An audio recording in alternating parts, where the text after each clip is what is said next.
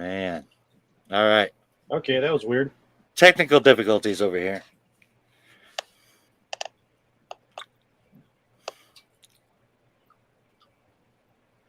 You're up, Jeff. Okay. I just thought you were going to hey, Jeff, go with the intro, because I didn't hear anything from anybody for a solid 10 seconds there. All right. Gotcha. That's our sponsor. Our sponsor tonight is Silence. A really blessed product sold to parents with many, many children. All right. The Phandalin Five, having dealt with the assassin's lair of gnolls, goblins, minotaurs, and giants, well, not goblins, and elves, which long ago had been a dwarven stronghold, took a well-deserved short rest after a fearsome battle. They ransacked the final room and discovered a chest that had runes on it that would likely go boom. And unable to defuse these, Boja bundled it up into a backpack to carry.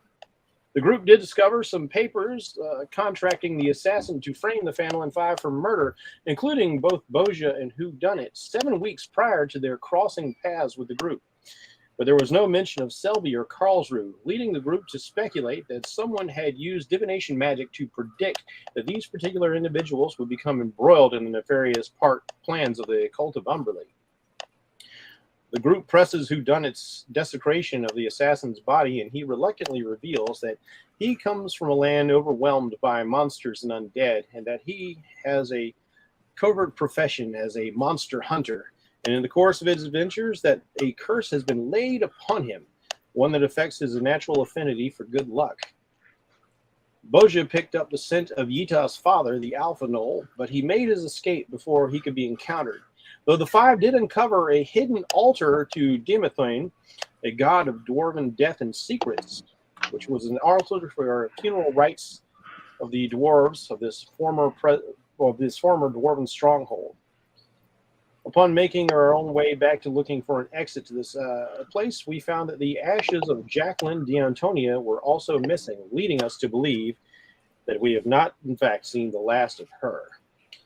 The Five ended up traveling to Amphail, discovering that a statue of a horse there is used as a community message board of sorts, as well as a covert means of communication for those who have criminal dealings. In the town, while making quick shopping for spell components, the group learns that people have been disappearing from the land, and including a group of adventurers, as well as other strange occurrences in the last 6 months, like fire falling from the skies and rivers running backwards. In the meantime, Cyrus examines the horse statue and discovers 2 notes with a symbol of Miramar on them, as well as a message in Thieves' Cant that indicates rogues ought to go to the Ragged Flagon for information if they are in the know. Whodunit uses tricks to subtly cover the horse in polka dots, and then later on made it appear to be animated, much to the delight of the locals. Cyrus is mistakenly given credit for this, and Whodunit reinforces this idea, much to Cyrus's ire. Meanwhile, the acquired notes explain that Jacqueline is expecting to get paid, as well as notes in Infernal. After magically teasing Born, Whodunit poses as Cyrus as the local lord makes an appearance, wanting to investigate the miracle worker who created the grand illusion of the horse, which has delighted so many of the populace of the town. While Cyrus is busy speaking with a fellow rogue in the kitchen of the tavern. They learn many things and earn themselves free drinks and rooms, bringing up the rumor of the missing people. Whodunit in disguise is able to successfully negotiate a sizable adventurer's contract and to deal with the malevolent force haunting the pond. To help in this endeavor, the party reached out to the local Orcus wrestler, say that 3 times fast, in order to get some healing potions. Bjorn, the wrestler, tangled, much to her delight and excitement, and we indeed won the potions. And I think maybe Bjorn has a new girlfriend. Eventually, the group travels to the pond to deal with the threat of a former warrior maiden of some great renown, Elsa. She was entombed beneath the pond and swore vengeance, though why? No one can say. It's been lost to time and mystery. Now, going below, despite using a new tool of stealth, the cloak acquired previously, Whodunit was still found out by the undead maiden within. And the battle with the undead and her minions ensued. And the group came to his rescue. As we found, the fight was quite furious and a bit more than we expected, as the skeletons continued to rise even after being crushed to bits, but at least the ghast and ghouls were able to be dispatched. And if not for the incredible efforts of Born, who we should rename Born the Untouchable, as he has become one dodgy MFer, holding off 5 to 6 enemies all by himself and unable to be tagged, allowed the rest of us to focus fire on the lead threat and bring down the warrior maiden, which finally brought down all of the undead within the tomb. The group recovered a cursed sword from the maiden, and whodunit, with his knowledge of hunting and dead creatures, realized that the woman was a revenant, and she would be back to plague the world until her unfinished business is somehow concluded. This left the group pondering what to do about this cursed woman, the cursed sword, and also a cursed set of black armor that we found. All right. So, great recap there.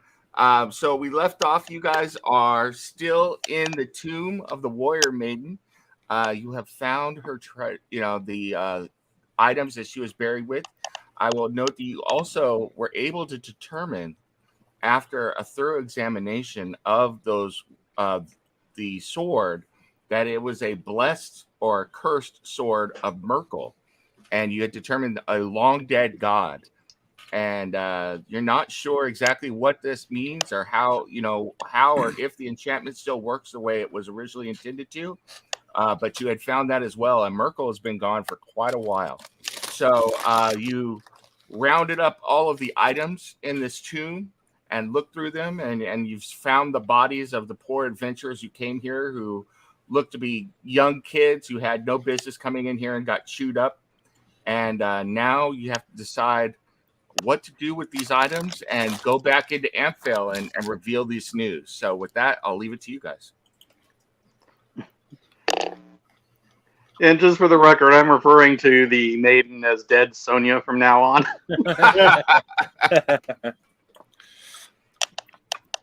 Well named. All right. Yeah, we need to figure out what to do with this stuff. We are definitely not giving the sword to the people that had asked for it.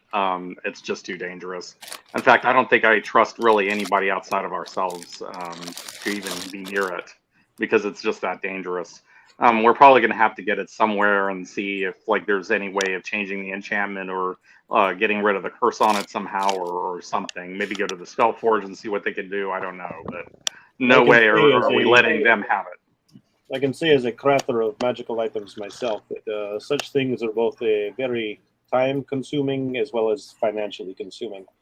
The more powerful the item, the more expense and the more time. It could take years to change such powerful curses, especially those favored of a god of death, even if he is technically dead himself, as here as it said. Yeah. I mean, and it's a cursed item. Sorry. It's a cursed item. Can't someone break it? I don't know how. It would be like going to Mount Doom and trying to throw it into fire. Again, these things are made for purpose, and this was made in service of a god. Breaking such a curse, indeed, even dead gods seem to retain power within the world. So there are ways to break cursed items, but you remember the last time you had a cursed item, the mirror, which shall not be spoken of, you had to bring it to a very powerful person to take care of, and eventually they hid it away in preparation for casting the appropriate spells to disenchant it and then be able to break it. So, which does remind me, perhaps we should invest in iron boxes. Yes. Lead boxes. Lead boxes. Yeah. Yes, it's such things can be done, but it is very difficult, I'm afraid. And in the meantime, I would not be surprised if the people that went through all the trouble to, let's just say, employ the rogue in the tavern would not be sending other people to take it. They knew what this thing was.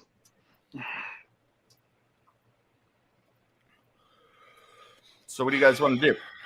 Well, should we I'm enter? up for leaving the cursed item here. What were you going to say, Jen?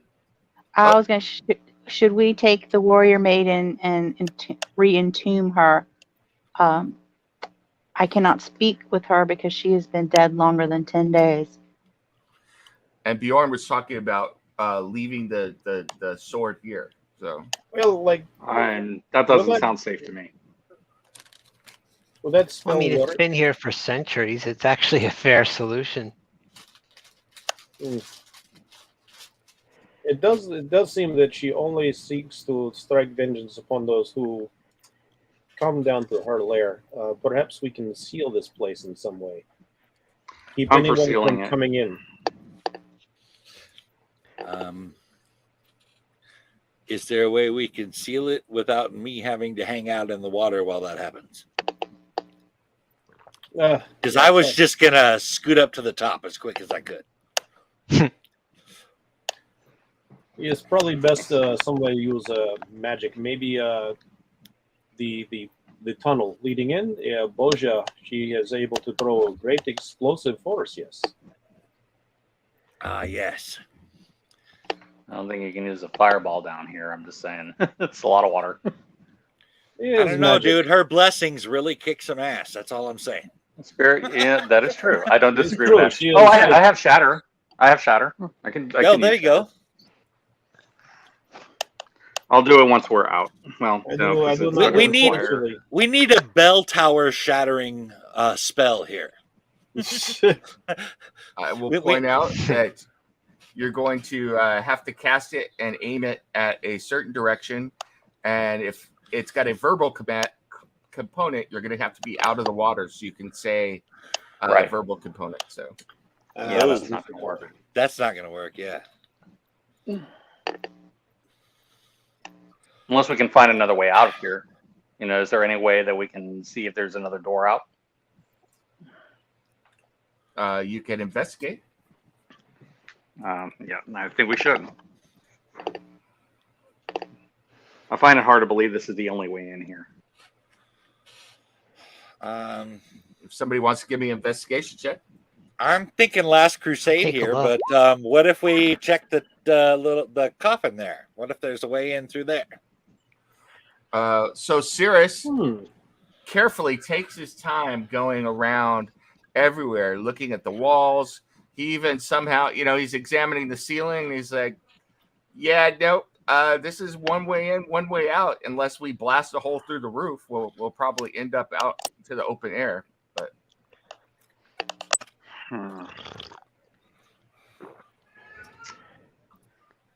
Open the door.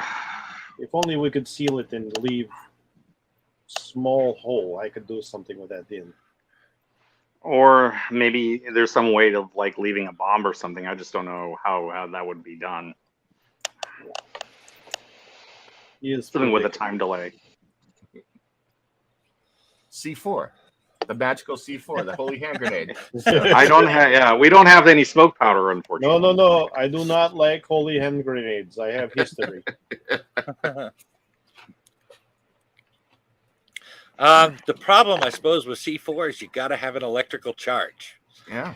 We would need lightning. Booming blade. There we A go. Shocking grasp. Yeah, that'll work too.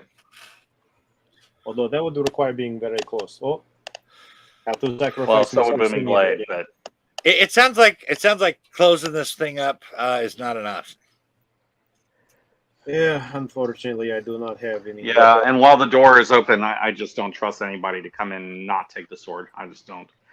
They're probably going to send more people, whoever it is that hired Cirrus's friend. Well, Cirrus makes a good point that, I mean, it's been down here for a really long time and nobody's come to get it but us. Why It's are we just kinda suddenly assuming that somebody else? Because there are people in Waterdeep that are clearly willing to pay huge amounts of money for it, and I do not trust them not sending somebody else in. And let us face I- it, eventually you will find somebody of our capability who will achieve the goal and retrieve the sword. It's not safe. What were you going to say, Jen? I was just going to say, I'm going to point to the adventures and reiterate, it's like they sent these young idiots out. And if they're willing to send someone this incompetent out, eventually someone will come and retrieve the sword if we leave it here. I agree. Well, I mean, that's fair. We did. Mm. Do we Right have the now, ability to make it? Go ahead. Do what? Do we have the ability to make it invisible? The invisible is not the permanent thing unless Yeah. you're a great archmage. They figure out ways. Yeah. Plus, I don't have the spell. I don't think we should be carrying a cursed item around. We're not really equipped for that. And it didn't really go all that well for us last time. Then we need to find a lead box to put it in. Well, Yeah, we could put it in magic hat. That's I do another not think we will possibility. have That sounds same possible. problem. Bosha, And that- can you give me a perception check, please? Sure. Things And, can be in roll your it- hat without having any effect on you at all. Roll with advantage, please. Okay. It's like a bag of holding. I mean, no, I don't think it would. As born, I see. Jon, have you ever seen Bag of Holding? I have not, no. Yeah. But So, I have heard of them. Yeah, this is very strange. I will teach you some mechanics of it. You know how the Bag of Holding, the space inside is much bigger than Right. what it would appear. This is not actually like physical space within the bag, but the bag attaches to another dimension, a small dimension, if you will. I have created such a thing in my hat, and so it is not actually here. All of my stuff is in my hat, but it's not actually here until I pull it out of the space and bring it to me in this space. All right. I just have one more quick question. Please. Do you, a rabbit, pull rabbits out of that extra dimensional space? I do not have any rabbits in the hat, and unfortunately, it's very good for storing items, but not so good for storing living things. There's only about 10 minutes of air. All right. I thought I figured out how you guys did that trick. Remind me later. Rabbit I'll- comes from I'll teach Feywild, you. obviously. I will show you, but you must keep secret. Magicians, we have code. Yes, Okay. but you are my friend. I will tell you. Dan, I just whispered something to you from your perception check. I think you should get it. I got it. Okay. It's like, I think we need to take the sword and decide outside. Yeah, The we air take, is going stale again. Oh. Yes, you have a point. Okay. well, let us. Yeah, take I the think we should sword take what we can and go. And the cursed armor, and of course, is bone fragments of skeletons, heads of ghouls aghast. Each one is 50 gold pieces. Let's not forget the money. And the gems, and I would say keep a few just in case you have to resurrect Mr. Simeon again. This is actually this will resurrect Mr. Hiss. Mr. Simeon, I can call back with merely time investment. Okay. But Mr. Hiss, he is a device and he requires components. Mm-hmm. Okay. Right. I'm At this with point, it looks like the only person who's going to survive in 10 minutes is who done it. So if nobody has any objections, I will stuff the sword and the armor into my hat for safekeeping. Yeah, that's a good idea. I know Cirrus already yoinked the gems, and that we collected various monies from here, and the poor dead sobs were lying all about. I do have a list of all that if we need it. All right. So let's head out of here. As you pull the gems out, the green lights, the ghostly spectral green lights that were on each part of the altar wink out and disappear. Oh, I that's do not not know if this is disturbing good or at all. bad. Yeah, it's not good. It's best we leave very quickly. Yeah. Yeah. And while we're on the way out, I'm going to cast a ceremony on the body of the revenant just in case to make sure it doesn't come back anytime soon. How long does that take? 10 minutes. Oh, Or is then I it- can't do or, it. or is No, it that's an hour? for if it's ritual. That's for ritual. Yeah. Let me see what. Let me double check my sheet. and see what Man, it if says. you can bang that out in like a minute, that'd be awesome. Yeah, that's what I'm hoping. Okay. That's not a bad tactic. Casting time. Yeah, I can't do it. Casting time's an hour. Oof. Yeah. I All do right. not think we have our. Yep. So we're leaving then? Yeah, let's go. All right. I head out the tunnel and right up to the top of the water onto the shore. Okay. So I am going to bring you guys back to the map of Amphail.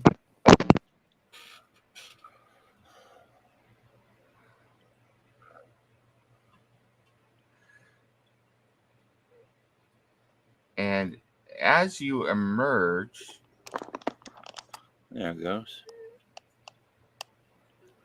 All right, Back. Jennifer's got to pop out for a sec.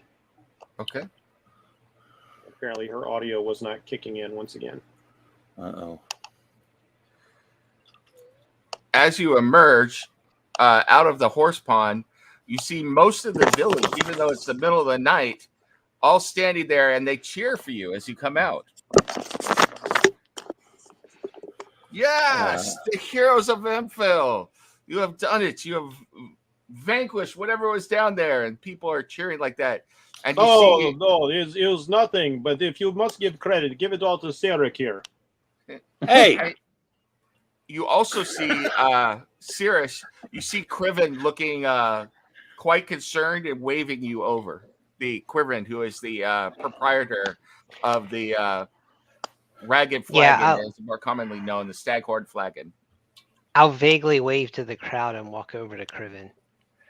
To give Sarah some space, I'm just going to start using various illusions, minor illusions, and silent illusion to create sort of this phantasmal representation of the battle, and I'll go ahead and orate it, and I'll show like how awesome Bjorn was and how awesome Boja was, and of course Cirrus is the most awesome of all, just doing all kinds of crazy things. I did take out the revenant. While he is doing this, Bjorn is just milking the crowd, just loving the praise. We saw huge flashes of light coming out from underneath the water, and we knew that battle had been joined. You have to tell us all about it. The Staghorn Flagon is open. Come, we'll toast you. Yes. Let's. I will bring Light Show with me, and you can see all the wonderful things that were achieved and all the terrible dangers we face down below. Oh, undead who you killed, but they do not stay dead. They keep coming back. Oh, it's most terrifying. I am merely a frightened little rabbit, mind you. I am so glad to be in the company of my brave adventurers. I am not so brave as Sarek, but hey, I contribute. I tell the tale. I am almost a bottom. Yeah. Give a few rounds of beer to Bjorn. I think he earned it. Yes, it's definitely Miller time for Bjorn. Yeah. As you go up to Criven, you see that there are several of the Lord's guards around him, and they're speaking to him, and he looks quite concerned. Criven leans into you, and he's like, two gentlemen or two individuals came up to the stallion as soon as the whole town began noticing you were fighting down there, and my boys saw someone go into the stallion. They followed him, and one of my boys is dead on the outskirts. Oh man, I'm sorry, That's dude. not good. I think we may know what they were after, but it's still a little too early to be sure. But here's the thing. The other boys leaped on one of them and beat one of them unconscious. They captured somebody. Ooh. Those I clever think we'll. boys. Have you gotten him to talk? Well, that's why I wanted to wave you over. The Lord is quite concerned because one of the boys is dead, and the guards have found this, and they also found the unconscious person. They've taken him into custody. He's in Mother Gorthel's now. They're holding him there in preparation of taking him to the manor or delivering him to Waterdeep, but I thought you should know. We appreciate it. Thank you. Yeah. By the way, that I think- sword that you are engaged to retrieve was cursed, so Yeah. you might It just is wanna- an evil sword that raises the dead. You do not want this anywhere near you. Well, I will say this. I didn't expect any of my boys to get killed. So you keep the money as payment because I want you to kill the bastards responsible for killing one of my boys. I think we will do our best to make sure that there is justice done in this matter. Sorry for your loss, Criven. Yes. Yeah, My my axe was Thank you. just talking about craving justice. I need to go talk to a family, but I thought I should let you know before I go do that. Good luck. Thanks. Enjoy the festivities. I need to go. I'll be gone until the morning. His family lives out a little ways from town on a farm, so I'll be back. Be safe. Be careful. It is dangerous out there, especially if it seems like people are moving in very with subterfuge. Trust me, I He want. nods, and as he walks off, you see several people that you hadn't seen before, but it looks like a very strong, capable half orc and a very muscular half elf following him at a rather respectful distance. Both of them well armed as he moves away. All right. Oh, there she is. I guess we're gonna go to Mother Grothel's, Okay. unless anybody has any other What? ideas. Right now, Nope, the rest I'm of down your with that. companions, at least Who Done It, and I thought Bjorn were headed to the Staghorn Flagon. Yeah, me So- and Bjorn are at the flagon, and while I'm telling the story, I'm like extolling Bjorn's virtues of like being untouchable in combat. So while he's drinking, I'm trying to encourage people to attempt to hit him and show like how fruitless it is. And it's a great game for me to see Bjorn try and drink while random strangers are trying to slug him. Hold So- on, I'm not Balder. I don't want to do this. At least they're not Yeah, shooting just like not. arrows Just made of do it. mistletoe at you. That's right. You move very So- well for a man of your bulk. Do you guys want to let them know before you go to Mother Gorthel's, or are you just going to head over to Mother Gorthel's? I think we should. Yeah, I think we should let them know. Should let them know. Okay. My Yeah, 'cause I'm thing not really says trusting Jen's anybody right now. devices are not connected. I don't know if you can tell her that or what. Yeah, she had to reboot her phone. Like apparently all these notifications were popping up and screwing things up. Oh, Oh, I know okay. Okay. I can't add her to the stream, and she's back here. That's all. Oh, Jen, it says your devices are not connected for some reason.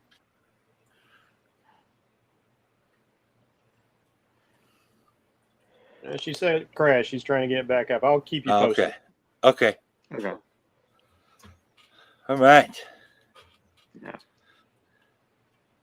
Now- Yeah, if Bojai needs to do some prayers in the meantime, I think that would be fine.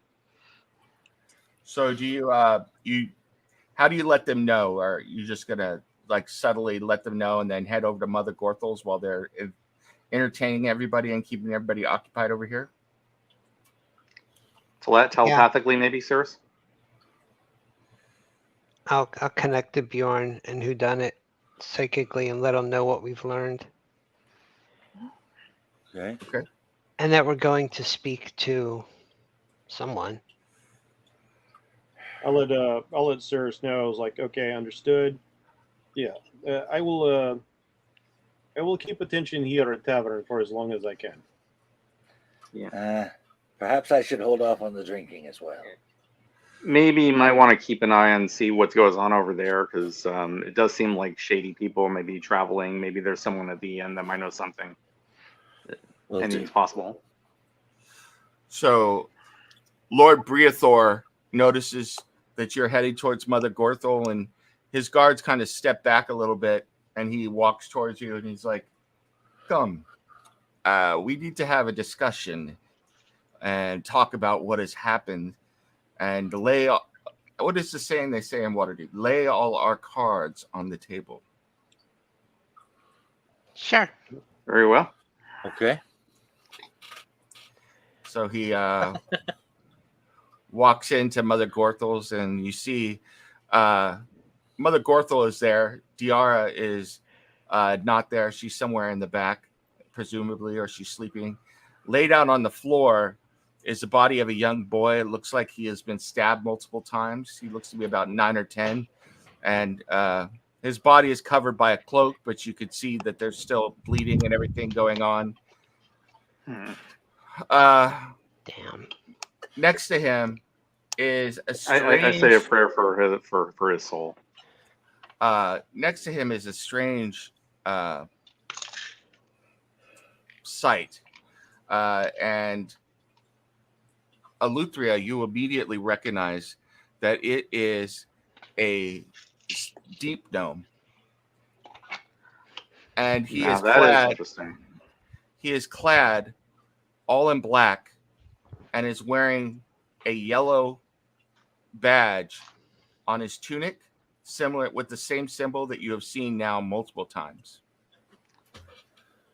So apparently, this is a deep gnome, and he, for some reason, seems to be in league with the cultists that we have found, or the organization that is behind a lot of the wickedness that we have seen lately. This is not an accident. These cultists, they killed this boy. Briathor sits there and he looks between the two of them. He looks very serious. He's like, "It appears so. The other young lads, I've sent them home to their families, and I'll be dealing with them and with Criven at a later time. But they informed me that they were watching the stallion to see if someone picked up a certain note. I don't have a problem with this. However, it would have been nice if we had known that possibly more bad people were coming into our town, though I should have foreseen it. However, these young lads took it upon themselves to go after them, and the two that they were after ambushed the boys, killing this one. To the lads' credit, they captured this, whatever it is. I've never seen anything like this in my life. And the other one escaped. He headed north. Was he another gnome like this man, or was he someone else? The gnomes didn't say. They said that, well, what they said made no sense at all. They said it was some sort of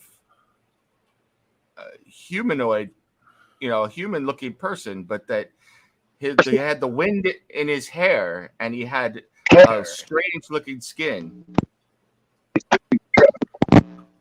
What are you trying to say, Jen? We're not hearing you. Yeah. And I missed the last couple of things that Ned said. You're breaking up, Jen. Can y'all hear? Yep. Oh, we did for a second there. It's Nope. still choppy, sweetheart. So while Jen's still working on that, I'll say again that he said that the boys said that it wasn't another creature similar to wasn't another creature similar to this one, but that it was something strange, a humanoid-looking creature. But they said that it had wind in its hair and strange color skin as it fled to the north. Strange colored skin, interesting. Yeah, I'm beginning. The deep gnomes would suggest that there is something to do with the Underdark involved. If the Underdark is somehow in league with these people, then times truly are dark these days. What's the gnome doing while we're standing here talking to one another? He's still unconscious. He got the crap kicked out of him by these kids. So I'm gonna Cirrus will gently lift its head up and not like slap him hard, but try and wake him up.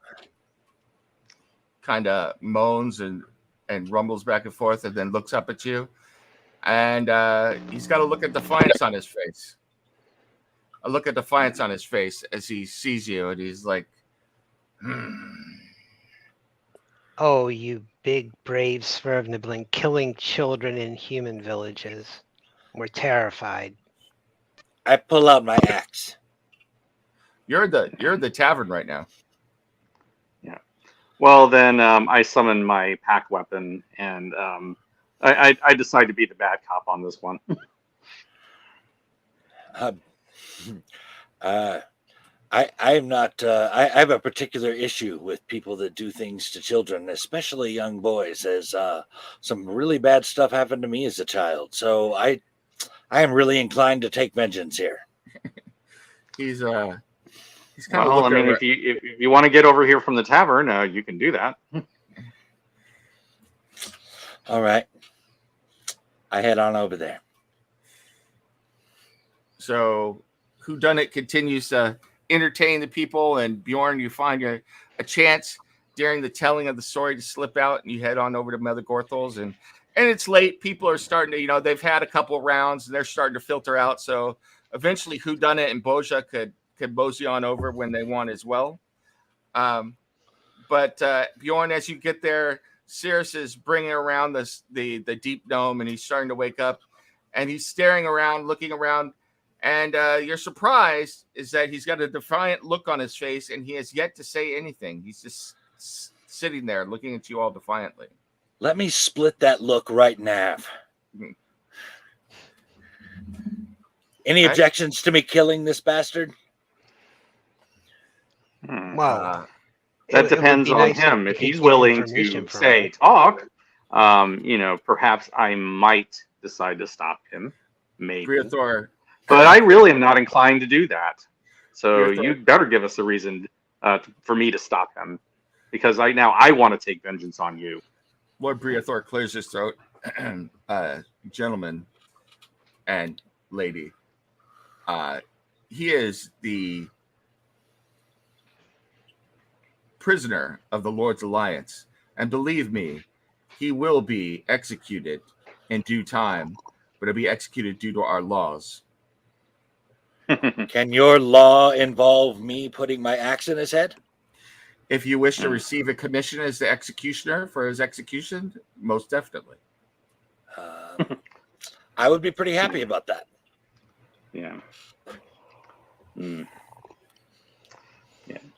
I'll tell you what. So far, he is not prolonging his life. I would suggest, and I look to him, that you give us a reason to stop the wheels of justice from moving that way. Seems to me the Lord has already said that I'm going to die, and I'm prepared to die for the great elemental. And he stops himself. What you don't know is how tell long us more of this it can great take elemental for you to die. Especially if I'm in charge of killing you. Do you have any idea how long I can draw that out? I'm just saying. He can make it very painful, I assure you. You'll find out in due time. Holy wind, unholy wind, take me into your arms. I kick him in the face. Kind of takes it, spits out a tooth, and he laughs. Bjorn, a moment, if you will. I'm seriously just curious about the Lord's reaction to Bjorn kicking a prisoner in the face. He is not looking very pleased, but he's not doing anything to stop it either. He's kind of watching, seeing what results. Let us try perhaps a more interesting approach, shall we? Whodunit's going to go over there and kind of crouch down a little bit to get on an eye line with the gnome. Little man, most of the time I have no trouble with gnomes, but I have known one or two who are very unpleasant like yourself, capable of many heinous acts. They taught me a great deal, they and their companions, about, for lack of a better word, inhumanity. Let me share some of my teachings, their teachings with you. With that, I will start going through. I will use my invocation to cast silent illusion or a silent image. And as he's watching, my eyeballs liquefy and fall out of my head like viscous tears. And from the sockets start erupting just maggots, tons of maggots. My mouth gapes open, the jaw unhinging, fangs growing. My body splits open and guts spill out and hit the floor. Claws grow, ears punching through the top of the hat, becoming ragged and bat-like. All right. So all of the pleasant stuff. So yeah. The pleasant stuff. How go much ahead. more do you wish to see before we start in earnest, little man? Go ahead and give me an intimidation check. All right. On and you can take an advantage on that one. Yes. Let's see. Intimidation.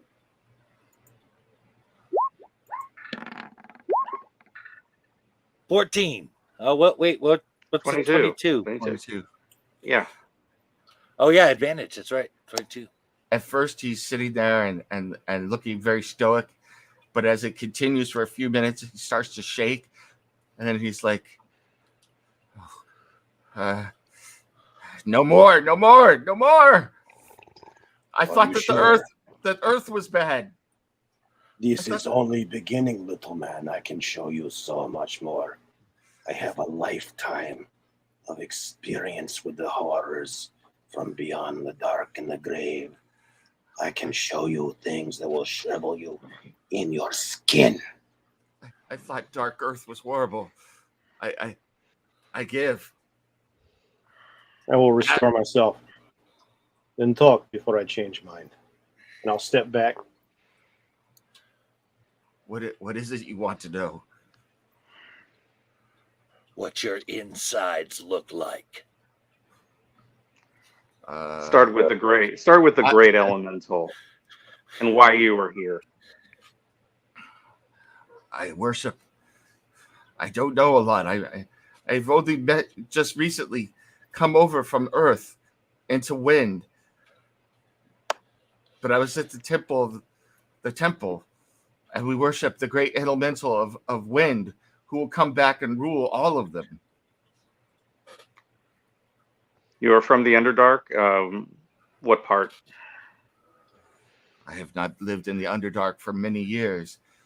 I was originally a slave here in the mines to the Duergar, who then, when they joined the Temple of Black Earth, brought me there. Eventually, I escaped and got away from the Black Earth, and I joined the Howling Hatred. I wear their symbol proudly. What can you tell us of the Howling Hatred? Oh, the Howling Hatred. They welcome me with open arms as we plot against earth, air, and water. We will be the true. StreamYard or if it's my phone? What was that, Jen? I was talking with her about our technical issues, and all of a sudden she popped back in. Oh, okay. Okay. I'm sorry, Noam. Did you just say that you were plotting against earth, water, and air? Earth, air, and fire. Or earth, water, and fire, yes. We too hate water. And not the band either.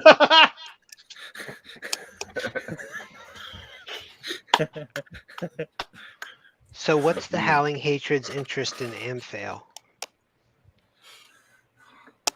We're trying to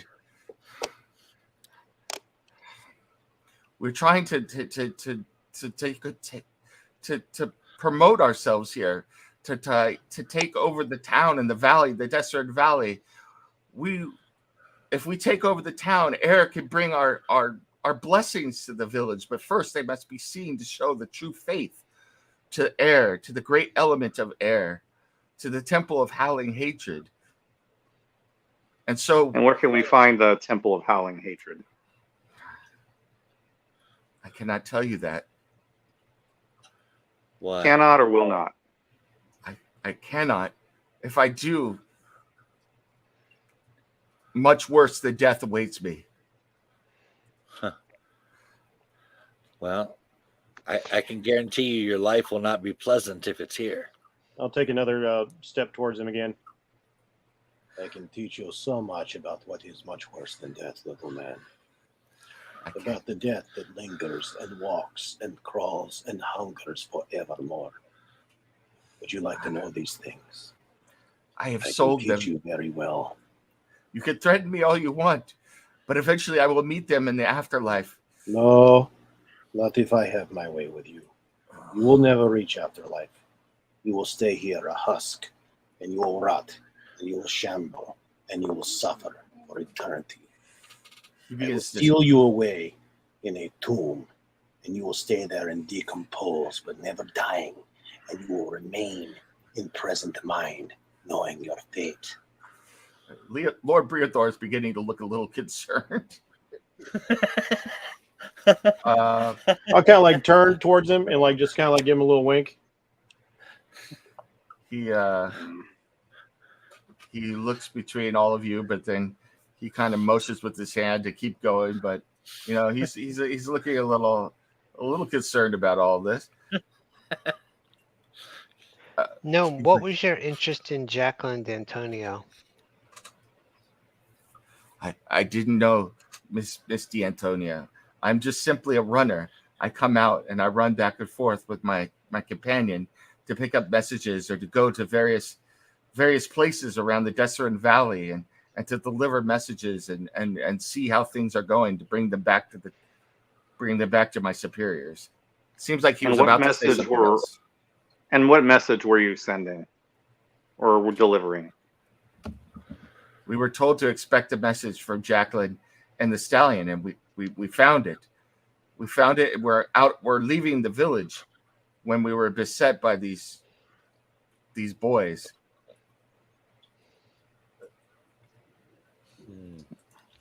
And Tell us about your companion.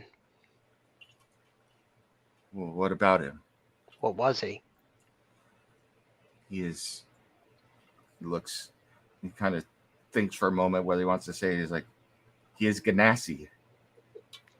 Well, that's just Amphail. A Ganassi of wind, I would assume. Yes. He is one of those blessed, a child of wind. I have not been blessed. I'm a child of earth, but still they welcomed me into their ranks.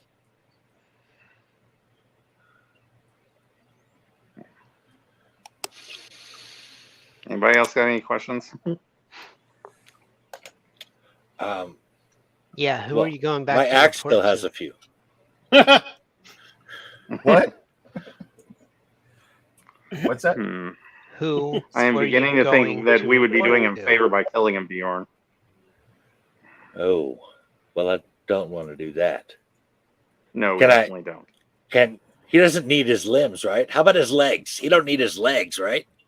I'm sorry. Lord Briathar kind of steps forward. He's like, gentlemen, we don't torture here in Waterdeep in the Lord's Alliance. You don't have to. We would be glad to do it for you. Yes, let us not No. torture anyone, Bjorn. We, That we're would not be gonna taking it torture too him. far. We will allow the law to drag this out as long as possible. And then if you want to have the satisfaction of killing him as his executioner, you can drag that out too. It won't be long. He will be tried as soon as we're done here and will be executed within the hour. Can I pull the Lord aside for a moment if you'll let me? Sure. My Lord, please forgive the ethics. But know that everything I have done is just a matter of showmanship. I am not a wizard, but a magician. I perform illusions and I do stage magic. That is what you would call back there a bluff. It's meaningless. I can do none of those things. I cannot seal him away forever in undead skin. But I play mind game, yes? Lord Briathor leans in and he goes, I understand that. But you have to understand that my guards are here and Mother Gorthel, and this is a simple village with simple people. And I am, while not as worldly as some in Waterdeep, can understand what you are doing, but here, rumors and speculation run wild. Right now, you are the heroes of this village, but were they to begin talking about threats such as the ones you have leveled and it got out, it would not be good for you, for the village, or for myself. I want to get this matter resolved as quickly as possible, if you understand what I'm saying. Indeed, my lord, indeed. And if your guards that is fair, I say under my breath. If your guards need reassurance, perhaps you, in conjunction with myself and others, can let them know that these are tactics of a paper album. I have no, and I will say very, very quietly, I have no intention of doing anything that the Lord's Alliance would find disfavorable. I have no intention of torturing him, and I have no intention of slaying him without due process. But we do need him to talk. I will keep my guard. And I wouldn't actually kill him without the permission of the party. And Mother Gorthel, she's seen some, so she will keep. But I just a word of warning, because, like I said, this is a simple village with simple people, and it's better not to get their more superstitious side aroused. No, we understand, my lord. We have Oh, earned goodwill perfectly, here, perfectly and we reasonable. do not wish to damage such a thing. Yes, absolutely. All right. The gnome is kind of looking back and forth, and he's beginning to get used to what's going on, and that defiant look is starting to creep back into his face. He's like, the wind shall prevail. It's like, and it would be best for all of you if you eventually give in and join the wind, because the wind will dominate the desolate valley and lead you all to the elemental eye. I might be able to muster No, up the first you wind will for you face if you want. first you will face the light for what you have done, and you will face your own demons, and then you will find, once your life is done, that you will not be going where you think you are. And I Yeah, and I y- feel you're gonna and get. I almost feel sorry for you for your delusions. Oh, I don't feel sorry for him. He's going to be executed as a prisoner because he couldn't take on a group of little boys while his companion in this group that he has such faith in ran off. Oh, that is a good point. How do you think the wind He will is reward that? I will say quietly, I or telepathically, I think that what's going on with him is that this is someone who was taken, who had nowhere to go, who was desperate for something, and he was brainwashed by the cult. It is their masters that need to be brought to justice. He kills children. He gets no sympathy. No, the law can handle him. Absolutely, I think he should be face the judgment for what he did, and I have no intention of stopping the Lord's Alliance from executing him if that's their decision. Do I have to sign up for this executioner commission? How do we work this out? Brearthor looks at you and goes, Master Bjorn, the village of Amphail, of which I have been duly commissioned to represent on behalf of the Lord's Alliance in Waterdeep, is in need of an executioner to execute a prisoner. It has come to my attention that you may be interested in this commission. Is this true? Yes. Very well. Then he finds He even has his own axe. He finds a seat and he sits down on it, and the guards flank him on the other side. He's like, prisoner, you've been charged with capital murder of one of the young lads of Amphail. How do you plead? Prisoner looks around and says nothing. By your silence, I take then that you plead guilty, having heard the testimony of those who saw the foul deeds that you and an unnamed companion did upon these children, and that you slayed one of them within the towns of Amphail in my jurisdiction. I then proceed to pronounce you guilty, and you will be executed forthwith in the town on the stallion, where you should be bent over, your head put on a block, and removed from your body forthwith by the executioner that I have commissioned to do the job, Master Bjorn. Master Bjorn. He looks at you, Bjorn. He goes, is this acceptable? It is very acceptable.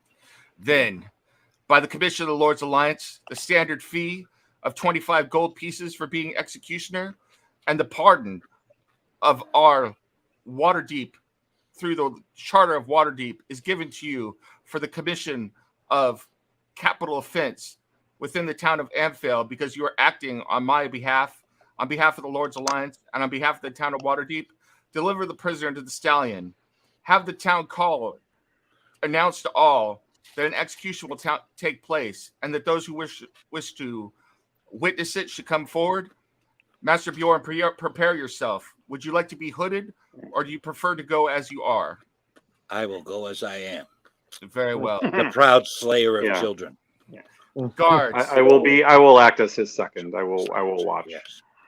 From behind the guards, so that the guards can't see me and get spooked anymore, I will use Mask of Many Faces, and I literally appear as a Grim Reaper looking down on the gnome.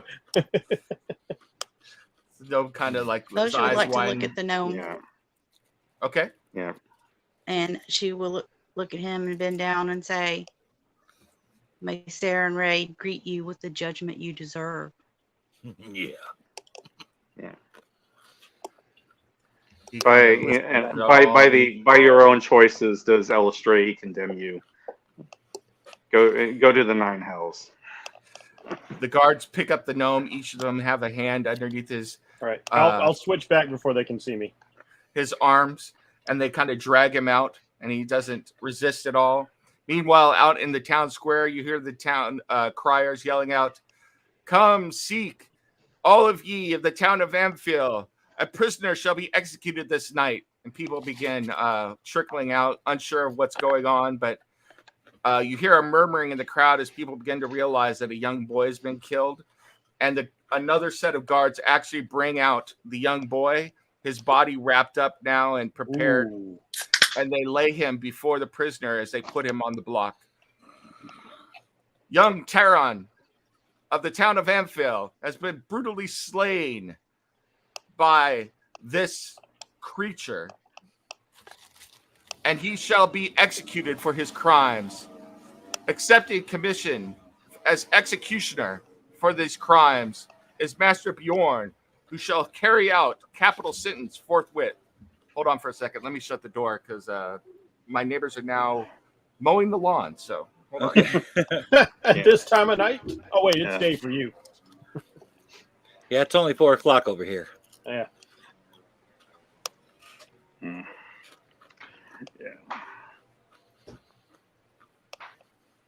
I'm just gonna like. No, I wouldn't be on the stage. All right. Never mind. And people start to gather around, and a corridor is formed for Bjorn to be able to walk towards the prisoner, who has been roped, his hands tied behind his back, and his body leaned over the block with his head forced downward, so his neck is exposed with a basket underneath it for the head to fall into. Cirrus Master- is just going to hang back and keep an eye on the crowd. Okay. Master Executioner, execute your commission as you see fit. All right. Have fun. I'm gonna. I bring up my axe and I bring it down like I'm gonna do it really, really hard, but I only do it about halfway. Oh, sorry, I didn't make it quite through that time. I'm gonna have to do it again. Oh, It was a warning shot. Oh. Talk about a hack job. Looks down, disappointed and upset. But meanwhile, people are kind of cheering, blood spurting everywhere. And with the second strike, you take his head off, and it falls into the basket. People let out not a cheer, but a collective appreciation for the sentence carried out. And after it's done, everyone gathers up, and they pick up the body of the young boy and start escorting him to the barrows, holding him aloft. Several people, it seems to be a town tradition, as they move, torches lit towards the barrows to do the burial. You see, they seem to be moving in the same direction Criven did when he was moving out to the farm where his parents, his family lives. So, All right. it's if you don't follow them, it's quite eerie because almost the whole town leaves and the whole town is deserted as they all move in unison. The whole members of the town, and you're left there in the middle of the town square by yourselves. I will actually follow.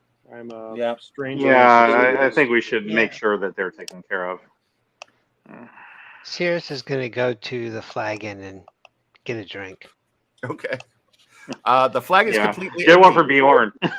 So you have your run of the place. You can do whatever you want, Cirrus. So Just going to grab a mug and get some mead and sit down.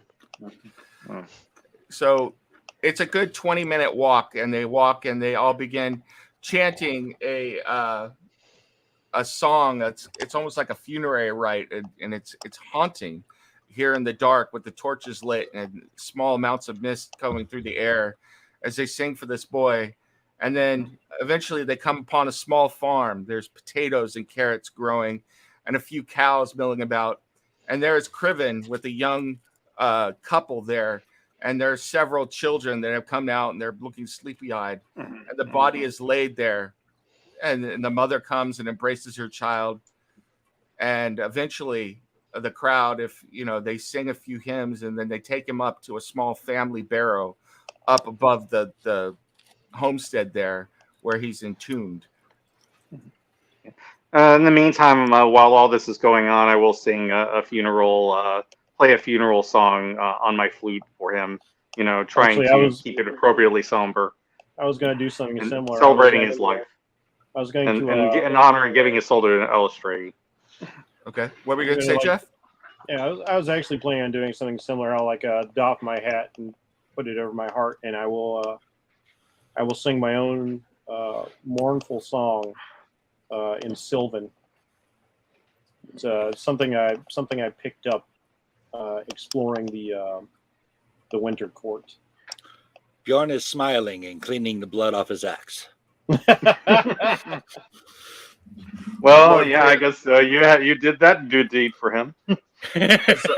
As the boy is delivered into the barrow and the family reemerges, Lord Breathor, as though he knows this, unfortunately has had to do this several times before, the funerary rites that seem to be unique to this town, comes out and goes, "We being a small village, each loss here is felt keenly and deeply, but this one more than most, as he was so young. Since we are small and we are isolated, but we are strong in our community, we have no cleric, no priest who could say the rites, but our collective faith and our communion together sends him on his way. And so we know that the gods look down upon us and will escort this boy to the afterlife. May he rest in peace and join his God or his gods in the afterlife and a much better life." And he bows his head, and everybody bows their head together. I will bow my head in respect. I will do the same, and then I will also say, if you want me to give him a proper funerary rite according to the gods, I can do that. And my friend here, and I've looked to Boja as a cleric, and if she is willing to help us as well, I will. We can do that for her. We can do that for your son. And I'll step up. We are glad to assist in this time. The family, he looks to the family, and the family look for a moment and think about it and then nod. He said, "Please, if you would be willing." Yes, well, we would be more than happy to. I dedicate this to Elstrade, and we do whatever's required of the rite. And you find out And to that Sarah and Ray as well. in the past, when there was, as you talk to Lord Breathor, that basically what was done was what you were going to do in the temple, which is a ceremony spell was cast on the body, in the past. So to keep keep the dead from rising from the barrows. So This is a wise practice. Yeah. Yes, I entirely approve of that. So yeah, one of us can do that. We both know ceremony, I believe. Yeah, correct. it seems I that will step up and do ceremony. okay. No offense to the to Illustra, to Eleuthera, but it seems like most people are more comfortable with the cleric of light doing it. So I actually agree with that. So as you conduct But I will the help. ceremony, I will be her assistant in this. so Boja, as you conduct the ceremony along with the Eleuthera, it seems that the people are very moved by this, and they, even though this has not been done in many a year because there has been no cleric in this small village, they still know the words and follow along, uttering the proper prayers and recitations as you do that, and even praising Saren Ray as you invoke Saren Ray in this particular ceremony as you're going through it, and Illustra, Eleuthera, but your goddess as you're speaking as well. And both of you feel the blessings of your respective goddesses flowing through you as you do this. Each of you could take inspiration for that. Oh, okay. That's good. Very nice. And as the ceremony ends,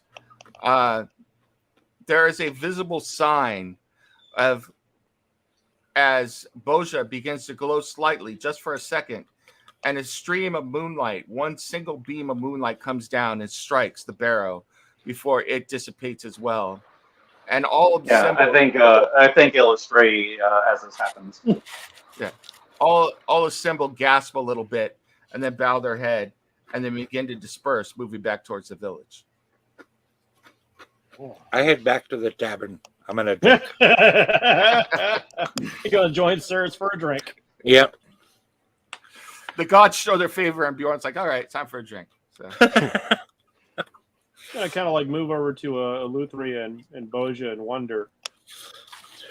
Truly, we are blessed to have the two of you in our company. This was a good and proper thing you have done. And these people. It seemed only right. We put him in danger. Yeah. It is fair what you say, but again, there cannot be a listening of what has been done here, and these people will remember. And perhaps, with inspiration, someone might come and answer the call of the need of a priest of this small haven. I truly hope so. This place certainly needs divine help of some sort. And I will Especially bow from with such this, and I will fiends as step towards the elementals. parents. What were you gonna say, Jen? I said I will nod my head to both of them in agreement, and I'll step towards the parents. Okay. And I will say, I hope this gives you some comfort. Sarah and Ray, it's giving you some peace. Thank you. Yes, the blessings Thank of you so moonlight much. be upon you. No offense, but I think that our family is going to go back inside and celebrate Tavin in his own way, but we cannot thank you enough for what you've done for our boy this evening. Peace I to should you. drink to his Glad memory. that I could help. Peace to you, and you have my condolences.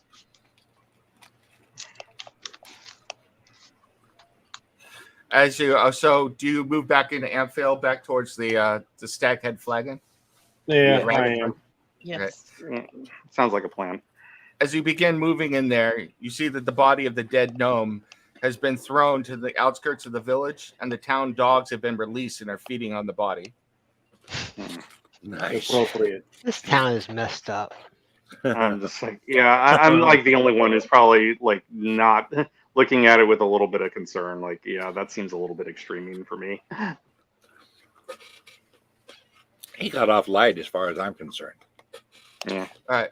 So the tavern is completely empty. Criven has stayed with the family out there at the moment.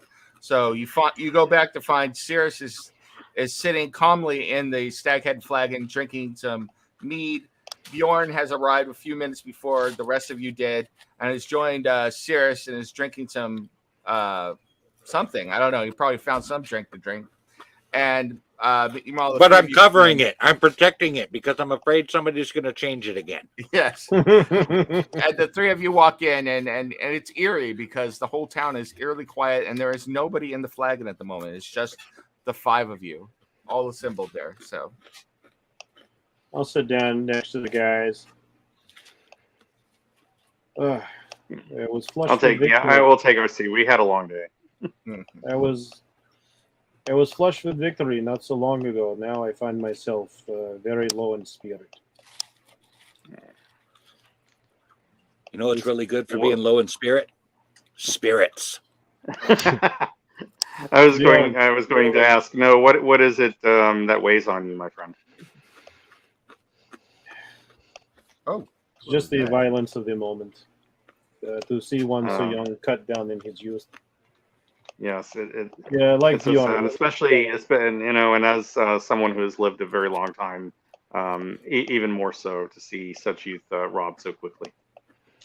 I've seen many horrible things, and yet when I see such things, especially to the young and the innocent, it troubles me greatly. I fear that it is fortunate. At one time, I would have taken satisfaction from simple vengeance, but it's insufficient. No amount of vengeance can heal such a loss as this. No, but such things arouse unnatural spirit in myself, and I am glad that so many were present. Or else I might have given in to appetite were I alone with Gnome. Yes, I think that it is good of you that you recognize this and that you are trying not to give into it. And friend Bjorn, I must once again commend you that you do bring joy to my heart with your absolute purity of being. I find myself liking you more and more the more time we spend together. Ah, thank you, my friend. What did you think of that awesome beheading? Was that great or what? I love the half a cut, and then the second one that was great. And the funny thing is, he probably got hit points from killing him too. I must find that the sometimes the brutality is appropriate. Mostly, I prefer the clean kill, but in this case, the punishment fit the crime. It was as close as I do not enjoy going quite so dark as we did before, but such a crime demanded a response. You know,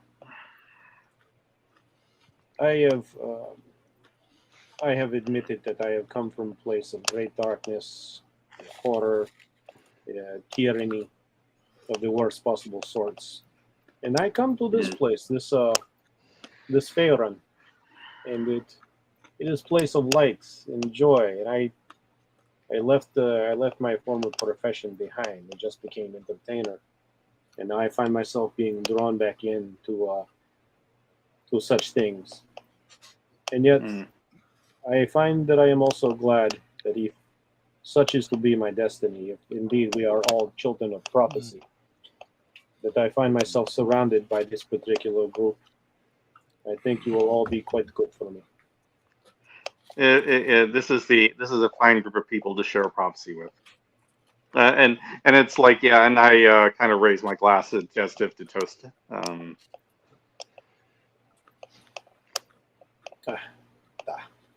Raise my own glass. I would toast as well. I will try to use sleight of hand because I am going to mess with Bjorn's drink again. Because why not? This actually makes me feel a little better.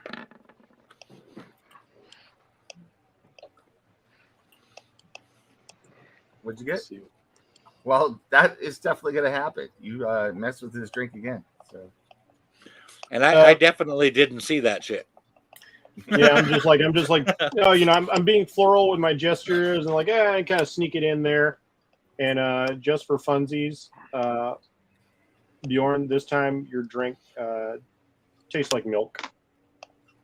I spit it out onto the bar. What is this crap? What is it? You guys always sell me stuff that changes into something else. Can we just get beer that stays beer? Oh, wait. I know what to do. I've done this before. What silly goose I am. Fixed. I guarantee. All right, I take a drink. Tastes like ale once again. Oh, thank God. All right. Keep me close to you. I will make sure this does not happen to you. I will fix for you. For you are my good friend, Bjorn. I can't help but notice this never happened to me until you came along. Well, I did tell you about my curse. Sometimes bad luck, sometimes good luck. Okay. But I fix. If it's my fault, I fix. All right. I can do. Power of that lucky rabbit's foot. I kind of like look down at my peg leg. It's like, fortunately, I have spare. All right. So, you guys, what do you plan on doing now? It is getting to be the late hours of the early morning, or the early hours of the early morning. It is 2 or 3 o'clock in the morning our time. So you can retire to rooms, but it appears that Criven won't be returning until the morning at the earliest. And the inn is silent, and the people of the village have all gone back to their homes to mourn. So you have been left on your own at the moment. Serious. You have Yeah. been quiet. You have been quiet for some time. That boy was only keeping watch because I asked him to. It wasn't your fault, Cirrus. Ouch. You know, I understand how you feel, but at the same time, you are not to blame. The fault lies entirely with that dome. We didn't know what we were dealing with, and neither did the boy.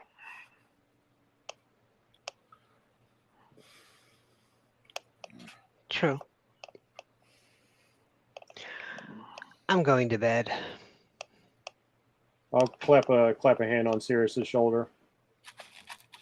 Like I'll lean in, and just for you is like, I understand. I'll like lean back out. I do shoulder time. Yeah. But when I Yeah. get to my room, there is something I want to do now. After everybody else has said what they're doing. Okay. Yeah. Yeah, I don't think there's much left to be done, so I think it's a matter of I'll do my prayer, my sword dance to illustrate I think it's the even song, and then I will do my trance for the evening, and we'll do the long rest, I guess. All right. Okay. Jordan Beja hangs will do out the to same. watch She the will- sword dance and then goes up to his room. And Jen, what were you going to say? I said Beja will go up to her room for prayer and devotion, prayer for the family, and healing for the town before she goes to bed. So everybody does their things and eventually moves up to the room. What did you want to do? Who done it? Would you get up to the room? I get up to the room and I take out a piece of charcoal and I draw a circle on the floor and a number of sigils around it that are in a twisted form of Sylvan. And I will light some candles and I will put out in a small bowl an offering. I will prick my finger and I'll squeeze out some drops of blood into the bowl of the herbs and incense and other things before striking a match and lighting it. Okay. I reach out to you, my patron. I speak to you, the Baba Yaga, bound by spirit, bound by blood, bound by prophecy. Will you speak with me? The wind kind of swirls for a moment and then coalesces. The incense and flames and everything forming into a vaguely, it's translucent and vaguely, you can't tell exactly what it is, but you know that it is the symbol of a walking hut. And it's kind of moving, walking around, testing the limits of the circle, and then looks at you and goes, "What is it that you seek?" I try not to look directly at it, and my hair is all standing on end. There's like a shudder. This place I am now, it is not like place before. It is not even like Court of Ancilia. It's not like Winter Court. It is place of light and possibility, not without danger, I know. But it seems to me that things come, things not of here.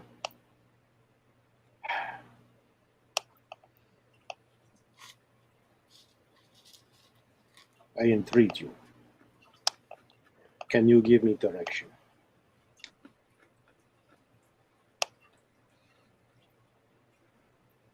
Go to Red Larch. Investigate there. There is much going on, and it is hidden from me. Hidden? Air, earth, fire, and water swirl in anger and hatred. And all I can see is that Red Larch beckons. There, the eye of the hurricane, the center of the fire, the center of the maelstrom of water, the beginnings of the earthquake, all await you and your party and your souls will be in eternal danger, but glory can be had there as well. I thank you for this, great mother of witches. I will do homage to your will for this boon. See that you do, and see that you do not lose your way, for there is great evil of a different type, a type that you have never, ever experienced, waiting beyond the threshold of this larch, of which I knew not until you were appointed it to me just this day. I see, mother. Thank you once again for your wisdom, your power, and your oversight. And I'll pinch out the candles and break contact. There's a small implosion as the smoke moves in upon itself, and then it dissipates through the room, and with a small sigh disappears. The smoke actually appearing to say a farewell to you, and in a form of Sylvan that only you would understand, the same form that you wrote, and then it dissipates. Before I go to bed, I will something I don't normally do, but I feel kind of moved to. I will remove my eye, my arm, and my leg. There's a strange sort of desire, compulsion, need to feel vulnerable at the moment, and that's Okay. how I sleep. All right. I will have my minions watch over me. Awesome. Go ahead and take a point of inspiration for that interaction. Ooh, sweet. So, actually, Bjorn doing the execution and Cirrus's reflection on the boy dying. Why don't you all take inspiration from that? I think that was really good role play. Good job, guys. Oh, sweet, Nice. sweet, sweet, sweet. Awesome. Cool. So, the next morning you awake, come down. Criven is indeed returned. His eyes are dark. It looks like they're bloodshot from some tears that have been shed, and it looks like he hasn't gotten much sleep, but he greets you. And breakfast has already been laid out for you, as though he's anticipating you waking up, and he nods to you in greeting and then moves to the back. Thank you. Thank you very much. Kind of nods. He thanks. doesn't just seem to be in a very talkative mood this morning, but he goes back there. Understandable. Imagine the town is still feeling the loss. Mm-hmm. So, breakfast has been laid out at one large circular table for all of you. The chairs have been laid. It seems that even some of the townspeople have showed up. Fresh flowers have been put there for all of you, and everything. So it seems like the people very much appreciate what you did for young Tavin as you buried him. So. Yeah, I in appreciation, I will find like one of the best looking ones, and then I will put the flower in my hair. Okay. So what are you guys gonna do? You guys are all assembled. You have next steps to take at this point. So. Well, we're going to go to Red Larch next, but I'm getting my grub on right now. All right. How While do you guys? while we're sitting eating, I'll confide in the others. I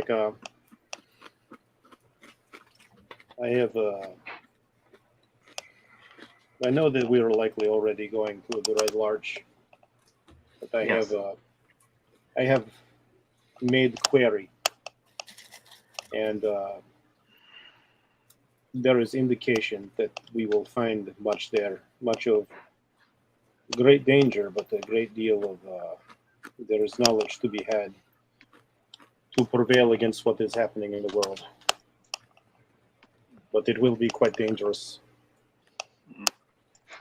But I am certain that Bjorn will get plenty of glory from it, from what you described. No, no doubt, no doubt. Just as a side note, Bjorn is like got totally excited hearing you say that. The word "great danger." Yeah, yeah.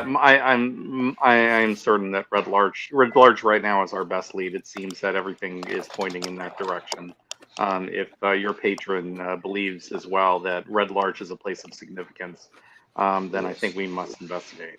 I'll be warned. When I spoke to the mother, she said that despite even her great power, that goings on there are obscure. She cannot see clearly. So we I'm will be sorry. going in only with the knowledge that there is great evil there that can do damage to even the soul. You spoke Well, to we are whom? dealing with Umberly cult and then possibly an elemental cult. It would seem that we are dealing with great powers. If indeed they can block your patient's sight. To Sirius, I'll say I have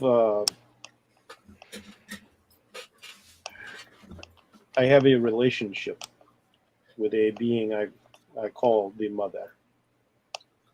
She has lent me a fraction of her power in return for small services here and there.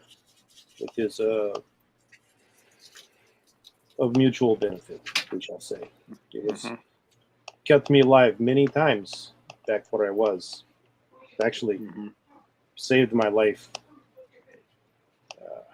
Made me for lack of a better term, the man I am today. Without her assistance, I would have been long dead and my life wasted in the service of evil. There were. I fully understand how that would be. My patron found me in a similar state, not physically dead, but in a place of deep emotional doubt and with nowhere else to go. You are dark elf, so yes. I know not.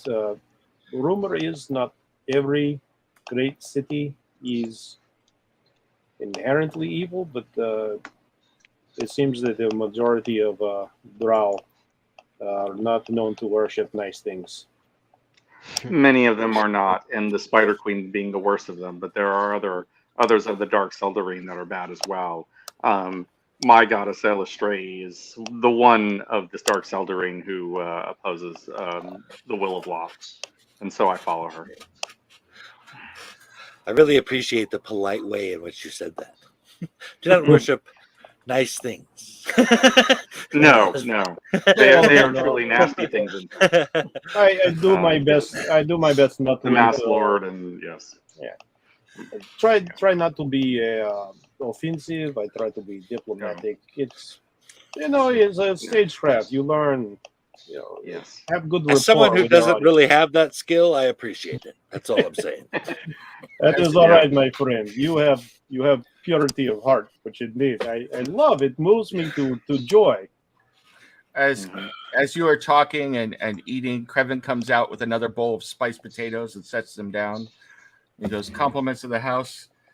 I couldn't help but hearing that you are going to be going to Red Larch. It's like, do you know the way along the long road? It's to the north of here." Oh, thank you. I personally had no idea where it was. Yeah, I am new to this land, so no. If you follow Out of character, I did. I don't know that Eleutheria knew though. If you follow the road north out of Amphail, you'll go by the Rundrith Manor. Past the manor there on the hill, the that has been abandoned for quite this while. The Westwood will be on your left. It's a good 2 days journey, maybe 2.5 days by walk. If you ride hard on a horse, you should be able to get there in 1 day. And Red Larch lies there right at the near the beginning of the Somber Hills. There, it is a crossroads between here and Waterdeep. If you continue farther north, eventually you will get to Westbridge and even Tribor. But yes, Red Larch is right here in the center of the Desert Valley by the Sumber Hills. Tribor. I think we passed that way on the way to Waterdeep. Yes. Often. What kind of town? What kind of town is Red Larch, Criven? It's bigger than Amphail. It's the kind of town where people who want to do trading or negotiate with traders go. There are people of quick joking manner, like kind of like nodding out towards where the giant horse head is. So is not the one horse town? No, it's not a one horse town, but it's not a huge town. Not as big as Tribor, and certainly not the size of Waterdeep, of course, but it's bigger than Amphail. There's quite a few people there. Is there somewhere here we could perhaps rent horses or perhaps a cart? You would have to talk to some, but I believe that may already be taken care of. You touched the soul of this community deeply last night, and we guard our horses jealously. It is the one thing that we are able to sell to Waterdeep that they value. But I believe, and he looks at Boja, he's like, young miss there could not ride a horse, at least no horse that we have available. So something has been provided for you outside. It's not please tell me his elephant. That would be so good if his elephant. I'm afraid it isn't. A cart could work. We have given you one of our farm carts, and two sturdy workhorses have been provided and paid for by Lord Briathor. They're waiting for Penelope and Penelope. Yes. I'm afraid that they're not the fastest horses, but they will be able to get you there within 2 days to Red Larch, as long as you treat them well. They're sturdy and they'll pull you on your way. Much appreciated. I have skill in driving a cart, so that's perfect for us. Thank you. There's more. We really appreciate your help. There's more. We have also provided you, those of you that can actually, no offense, Master or Mistress Boja, that is your name, correct? Correct. I do not believe that even our large draft horses could hold you, so we have given you this cart. For the four of you, we have also provided horses that you can escort her in the cart as well, if you wish to have them. I require no horse. I already have mount. I would appreciate one. You will have one of our best horses, whether you wish it or not, Master Whodunit. I will graciously accept them. I do not wish to offend such civility. Yeah. Yes. Yeah, I'm not quite at the point where I can summon my own steed, so I appreciate that. So when you guys want to, you can step outside and see what has been provided for you. If you wish. Yeah. All right. Actually, that's not entirely true. Now that I think about it, I do have the elf. That's like a 1 in 8 chance. So yeah, let's step outside.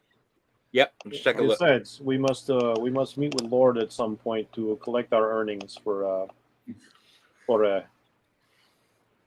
what we have done. Yes. Yes. Tethered by the stallion. Hard won earnings, to be sure. Tethered by the stallion is a cart. It seems like all of the families of the villages have filled it with provisions and also camping supplies for you all. Wow. There are 4 horses, all of them black destriers, war horses, provided by the Lord and paid for. Some of the best horses that were provided by the Lord's Alliance to Waterdeep have been donated by the various families of Amphail for you to be able to use. And the 2 farm horses are chestnut brown horses, incredibly strong, look incredibly powerful, that can pull this cart on its way. So the people of Amphail have expressed their gratitude towards you. I am humbled by your generosity. Yeah, I bow in gratitude.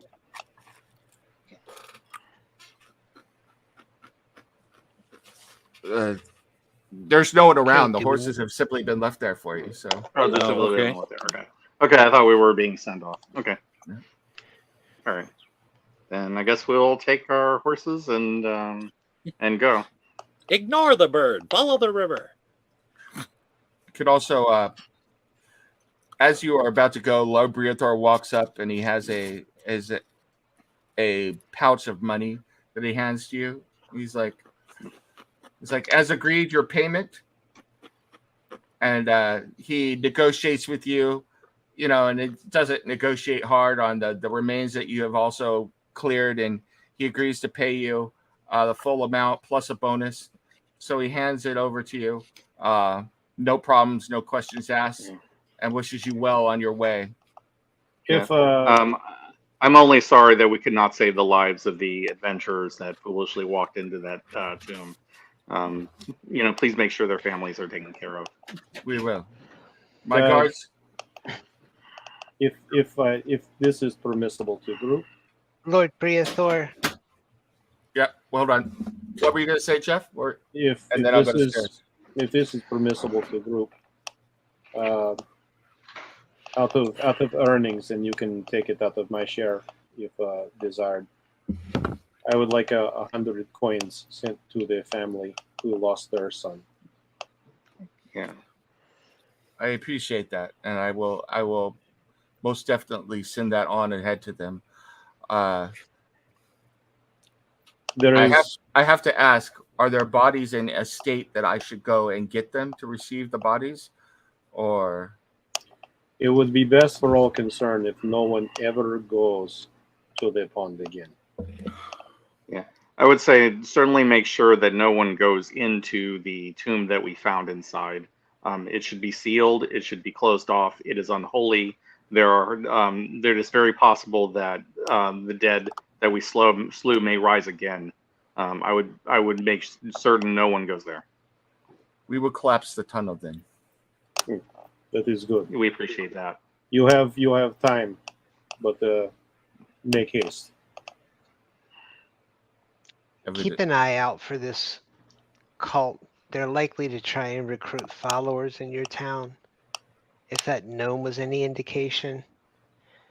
Yeah. If you can, amongst the Lord's Alliance, find a priest of light of some sort to take up residence here, at least for a time, that would probably be a good thing. Yes, the tomb was for the consecrated to the dead three, in addition to the elemental cultists that we've already seen, and the forces of Underberly that have been plaguing us. It is very, very possible you'll be dealing with more of these horrible things as long as we are not here to protect you. I will and look have into your that. guards watch for that symbol the gnome was wearing. We've seen it on military type uniforms. I know that a group of knights that live around Red Larch have connections with Tyr. Actually, there are two groups of knights, but one of them have connections with Tyr. Perhaps we could get a priest of Tyr to relocate, or an acolyte to relocate out here. We can look into it while we go there. Very good. Very good. Well, I will say farewell. Good luck and safe travels to you.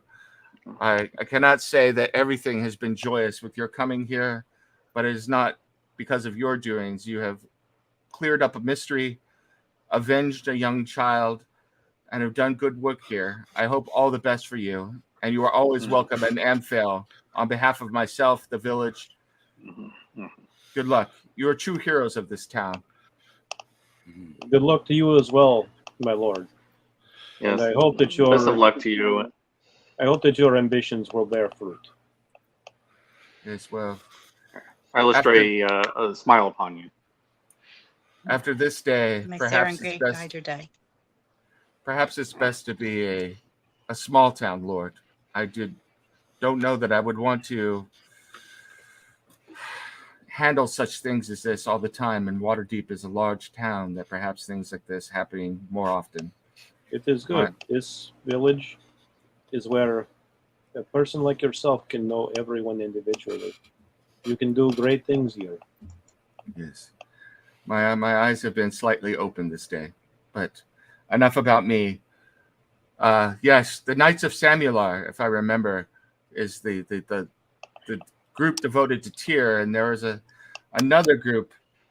I don't remember what they called them, but there's a spire outside of Red Larch. Look for them. It's a group out of Waterdeep, hunting enthusiasts. They hang out there, or they associate there. You might looked at them as well. Sounds like a plan. And with that, he takes his leave and leaves you alone with your horses and cart. And you guys could set out if you wish. Let's do it. Sounds good. All right. How do you guys want to? Do you guys want to just take a normal, normal amount of time to get there, or do you want to press the horses faster? Will the way out?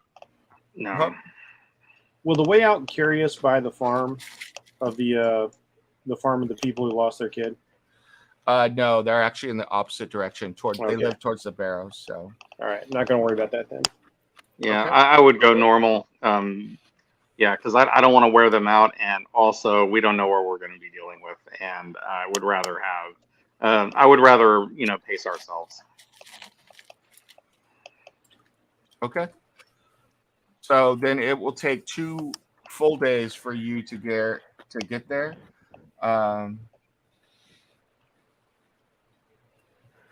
So let me check a few things. So you begin traveling the long road, and the morning passes by uneventfully, and you pause, or as you're traveling along, you go ahead and take your afternoon lunch, which has been packed for you, and you eat on the road as you're traveling. Give me 1 second.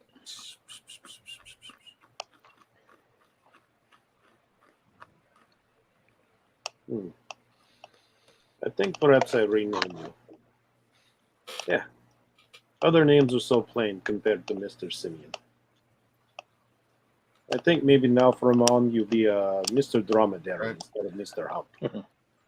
In the afternoon, as you're traveling up the road, you see another group coming from the north towards you, traveling in the opposite direction. You spot them from a ways off. They don't seem to be hiding their approach at all, but they're about a mile distance coming down the long road as you are going up it. So what do you want to do as they approach? Hey, Mr. Simeon. Yeah, please go spy for me. Be hidden, of course. Okay. Mr. Simeon will fly ahead invisibly and scope things out. Cool. You fly ahead and you see a group of 4. Mr. Simeon reports back to you. I'll have my senses in Mr. Simeon. I'll just let the camel follow everybody else. Okay. As he flies ahead, you see 4 creatures, and they're kind of walking. They're all winged. I will show it. Actually, I'll show this to you guys right now. Okay. All right. Can you see this? Oh, Yep. yeah. Let me. Oh, yes.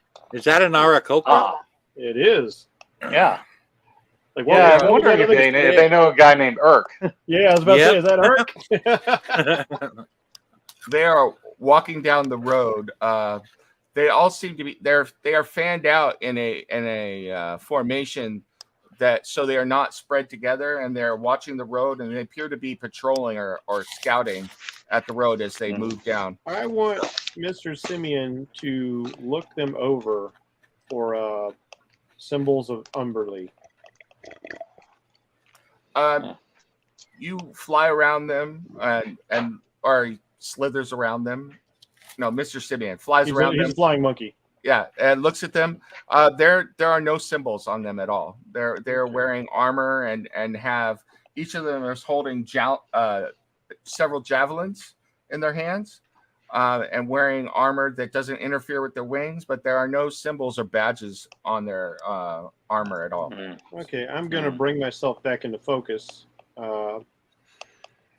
It's very interesting. Yeah, I'll tell Mr. Simeon to go ahead and come back before I disengage. There's a group of birdmen come this way, but they walk. Mhm. They do not fly. And they appear to be seeking. Interesting.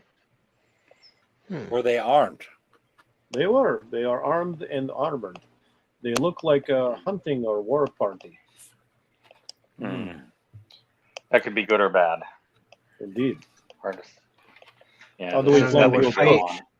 We're fighting a cult devoted to the wind, and we suddenly see 4 birds. That is. Oh, That is very possible. We should be very careful around them, or try to avoid them if we can, this is true. unless This you is want to true. fight them. But I don't want to fight them unless I know, that they're hostile. Mm. Mm. If things can take to air and not be so good if we have to fight, our big friend here cannot fly to meet them. No. But I can shoot them with an arrow. Yeah. That Yeah. is good. I have a tiefling friend that knew an Aarakocra. Too bad we can't call him. So, you continue to move up the road. Should I see if perhaps they have? Did the gnome have a nomad symbol on his outfit? Didn't he? Yes, you did. I think I'd like to send Mr. Simeon back out and see if they are wearing that particular symbol. Okay. Mr. Shipman goes back out and once again reports back that there are no symbols on their arms or armor or anything. They're wearing matching armor, so it appears they're part of the same group, but they're not wearing any livery or symbols or anything like that. So, All right. They do not seem to be wearing a sign of the howling wind upon them like a little man was. They could be opposed to them too. Could But that be. doesn't necessarily make them our friend. No. But they are in our place. Yeah. So who knows? Who knows? How do we approach? I mean, honestly, we might as well just keep going. It's not like we can hide Yeah. a cart and 4 horses. Yeah, and they can camel. see it, and they can see us from way far away. I mean, they can fly, and I think they probably have good eyesight. Would stand to reason. Like Yeah. I tug on one of my ears. I used to have extraordinary hearing. so Yeah, I would simply say, like, be ready if anything happens, but let's not do anything openly aggressive. So you continue traveling up the road. About 20 minutes later, the two groups, you come within easy sight of each other, and they fan out, wary, their wings kind of quivering in anticipation, but one of them steps forward and holds up I their hand. will, just in case, I would prepare an action. Okay. I will have Eldritch Blast ready. I've already So- called my sword, but I'm not like drawing it or anything. One of them steps forward and holds up a hand and speaks in common. Well met. I stopped the cart. Well met. Hail, who might you be, my good friend? I am Squaw. I'm a member of the Aarakocra clan. I don't think that your language can adequately give rise to what we would call ourselves, but we are out here scouting, looking for some individuals and patrolling the area on behalf of our Lord. Who might you be, and where do you come from? Yes, I am Lady Eleutheria, and I am a paladin of Ilastrae. These are my friends, the Phandalin Five, and we are just come from Amphail, and we are here to look around through Red Larch, hopefully. We have been told that there's dark doings in that direction. Who is your Indeed. lord? The Lord of the Sky of this region. He is the Lord of the Aarakocra, rightful ruler of the skies over the Somber Hills, whose domain has been challenged by the foul cult of air and the strange doings of elemental air and evil in these areas in recent weeks. It is for this reason that we have been sent out here to look to make sure that no mischief is being done in our Lord's domain, for we had heard that something had happened recently in this area. That is a noble cause, good sir. We are investigating something similar. The Wind cult murdered a young boy in Amphail, and we need to find out what the connection is in Red Larch. Can you describe the people that you are looking for? Actually, we are looking. Our Lord was tasked with, as Lord of the Air, it is his job to do the scouting in this area when somebody goes missing. We have been told that the caravan from Mirabar has disappeared, was ransacked in this area or somewhere between Red Larch and Amphail, and so we have been out searching for weeks, but have yet to be able to find it. Have you heard anything of this, or seen these people, or seen this caravan? Well, can't speak How to long the ago did they caravan, but disappear? Do what? Yeah, do we want to tell How them long ago about did they the disappear? thing we found? Oh, she was saying how long ago did they disappear? It has been weeks. My Lord did not tell me exactly, but we have been looking for several weeks. Me and my fellow Erie mates have been searching all around the Somber Hills and from Red Larch out to the east, west, north, and south, and we have yet to find it. Although, in truth, I must admit, to our great shame, we did not take the reports very seriously until recently. We've been dealing with so much more. There have been strange goings on in the air in the Somber Hills and around Red Larch for a while now. Do you think this is like turning to the others? Do you think this is the remnants of caravan we saw to east of Probably. here? That would be my guess, especially since they talk about Marabar. That would be If my it's guess who as we well. think if it's a caravan is what we think you're referring to, the people that waylaid them came from a barrow to the east of Amphail. They were occupying a dwarven's compound beneath the barrow. We cleared it out a few days past.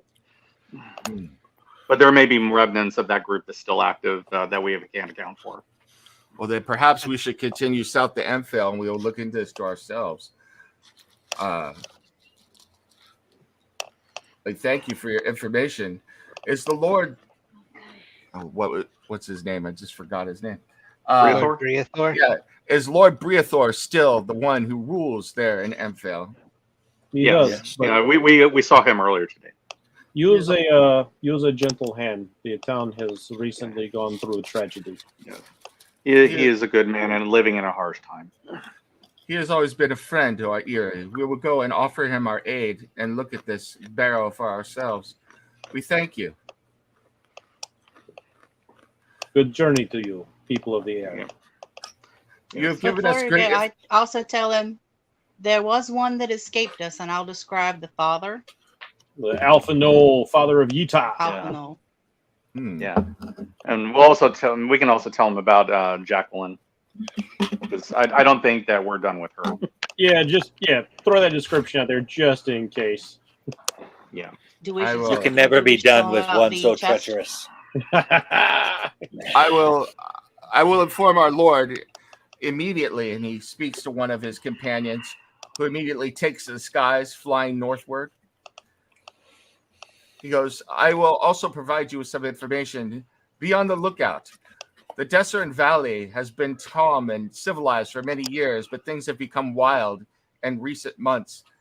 And it is not a safe journey along the long road or anywhere in the Desert Valley anymore. Orcs are on the rise and other normal monsters, but there are even more evil doings going on. As you have already attested to, you have met some of those people. We saw some individual skulking north late last night, but let him go. We had no reason to waylay him, but he was moving with great haste towards Red Larch. Was He he was likely a was he member was of he the a cult. Winjanasi? We did not investigate that closely. It was just a solo traveler on the road, but solo travelers on the road are rare these days, and so we took note of it. What were you saying, sir? I would not be surprised with him. Yeah, go ahead. No, I was saying the same. He was likely a representative of this cult, the howling hatred that have been troubling your valley. Howling hatred. we have heard rumors of this. And he reaches into his pocket and he pulls out a torn piece of fabric. He's like, we took this off a body from a battle site fairly close to Red Larch. It's like, does this mean anything to you? And he shows up a piece of cloth with the symbol that you've seen numerous times now. That is That's the symbol of the symbol howling they hatred. wear. And they're very well organized. And they're attempting to spread the word of their beliefs throughout the valley. One of their members was captured and executed in Amphail. And I must say, they are most fanatical in their beliefs. It took great encouragement to get him to confess his sins. All the three who are remaining, their wings twitter in frustration and anger, and they all suck in their breath with a hiss, kind of like a raptor or an eagle. We will go. We will go and see for ourselves.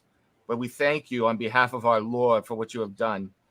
It's like, be safe on your journeys up the long road, and may the gentle currents of a good air always keep you, and may the blessings of Erdre Fenya keep you on your way. And the Selmakort smiled its tongue down upon you. Yeah. May you have a safe flight to where you go, and may Illustrate give you the blessings of moonlight to illuminate your way. Indeed, thank you. And you two pass each other, and then you continue on. So the rest of the day goes uneventfully, and as night begins to fall, do you go ahead and make camp, or do you continue on? I say we continue on.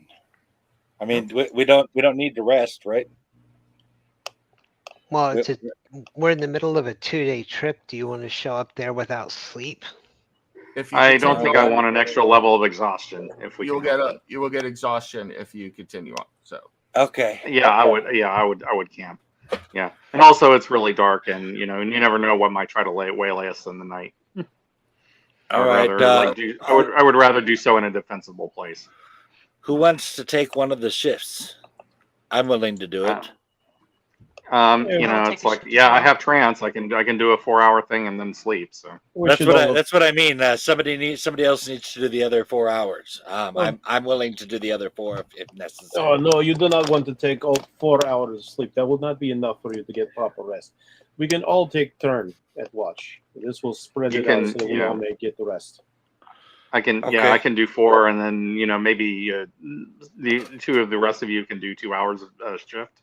I don't think that should be too big of a problem. Okay. Who will take first watch?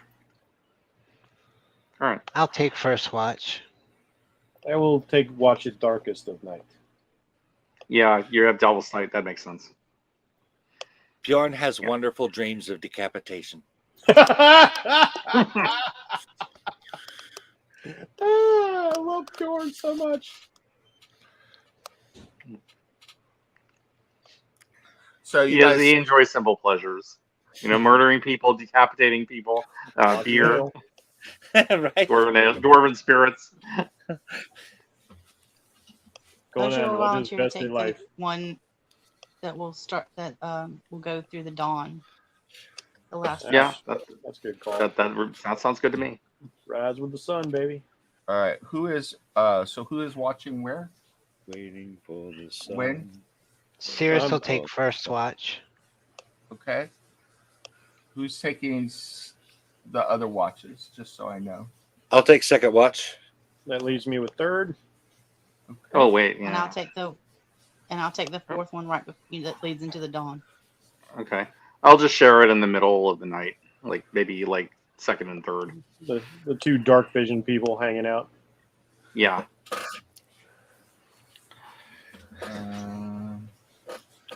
Just give me 1 second. Am I the only one that has waiting for the sun in their head right now? Oh, nice. Here comes the sun. During our time, whodunit's going to be asking Eleutheria things about the Underdark and life there and things like that. Very curious about all that. Yeah, we can absolutely talk about that. And I do tell them a little bit about what I know of the place and I'll how I got to Mithril and all that. I won't give him the full course thing because Mhm. Eleuthery has obviously led a life with a lot of darkness in it. But I will share back that I was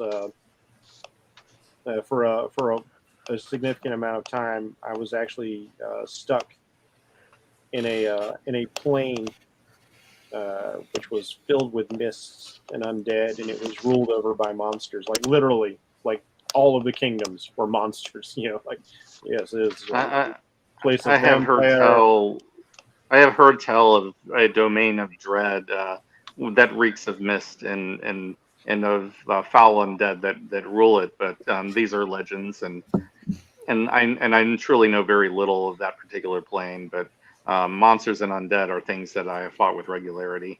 I Bjorn, fear to tell you is no legend. I have lived it. Mhm. It is true. Yes. what is your Yes. passive perception? What is my passive perception? Let me take a look. Are you asking for everybody? No, Bjorn. Passive perception 10. Okay. Yeah. So You do have the weapon of warning. Just Oh let you yeah. know. Yep. you Such are a wonderful sitting idea. there on watch and just kind of biding your time, whistling to yourself, thinking about drinking, but no, you shouldn't because you're on watch. And Yeah, get all the beer away from him while he's on watch. and then suddenly, as you're sitting there, you think that you hear a crack in the woods, like a crack snap of woods, some wood being stepped on or something, and then your sword begins to buzz. I leap Yeah. to my feet and pull out my axe. Okay, Awake, Okay. my friend. Someone is approaching. Okay. let's go ahead I get up. and Summon my pack weapon. let's go to. And I am not doing dynamic lighting on this because it's an outdoor map, and that's really a pain to do. So, but Do we need to roll initiative? you do in a second as soon as I move you over to the map. All right. Very cool. Yeah. We're going to move this over here. Yeah. And let's zoom in on this. Go ahead and roll some initiative for me. Okay, I think I rolled one. Oh, hold on. I rolled one. Let me do my second one. And then I need to hold on. I need to clear all the initiatives. So give me just a second. All right, go ahead and roll initiative now. So Bjorn is not among us. Bjorn should be there. Is he not I'm there? not seeing him. Okay. I'll go ahead and roll it. All right, let me put Bjorn on there. He's so dangerous. I did not want him out there. As he's Bjorn the Bold. There you are. There we are. Yes. Okay. I rolled initiative. All right. But it's not 20. putting me on. I am not allowed. It's not allowing me to select him though. Mm-hmm. Gosh. Oh, Also no valid not on the- was selected. It's a 20 though. God We're also bless not you. on the initiative tracker. Yeah, it's because I didn't do this. And I can't seem to select right. anybody. Just give me a second. Okay. Oh man. What is up? Why does nobody ever say "oh woman" or "oh girl"? It's always "oh man" or "oh boy." Bjorn. Because if you Sure. say "oh woman," you summon them.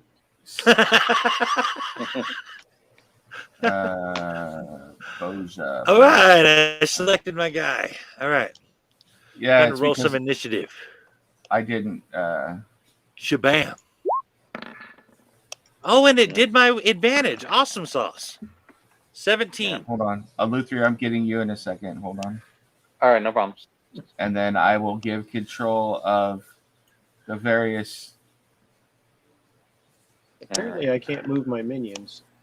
Wait a I minute. All right. Okay. Yeah, I I got gotta it. give them control to you. So Okay. All right. Hold on a second. I thought it rolled with my advantage, but that must have been somebody else's roll because Steve, you got your advantage there, but I did not get mine. All right. Let me try rolling initiative. So I'm going to try that again. See if I I can't saw do better than 17. 17. Yeah, Okay. that sounds good. Okay. 22. 22. That's way Okay. better. Yeah, I you're guess- definitely going first. I guess I'll just wait because every time I roll initiative, I do not end up on the order. With a Okay. deuce Would you go deuce. first? What's that? Oh, no, I didn't click myself. That's probably the issue. Yep. That's what it was. Thank you, sweetheart. Welcome, love. Ouch. And I get really shitty initiative on my fourth attempt. Mhm. Hey, it might not be a bad thing. Maybe you're saving your good Right. rolls for the combat. Well, I've got- to be fair, like when I'm playing like a little squishy Yeah. caster, I do kind of like to be last. I've got All right. Cirrus, Bjorn, Boja, and Whodunit on there. Aluthia, did you roll initiative? Yeah, I did. It's 20. Did you? I got to add you in. Yeah, it was. This was before you worked out my token, so I Can you wasn't ro- able to select. Can it. you roll initiative again? And I'll update it I'll to just- 20.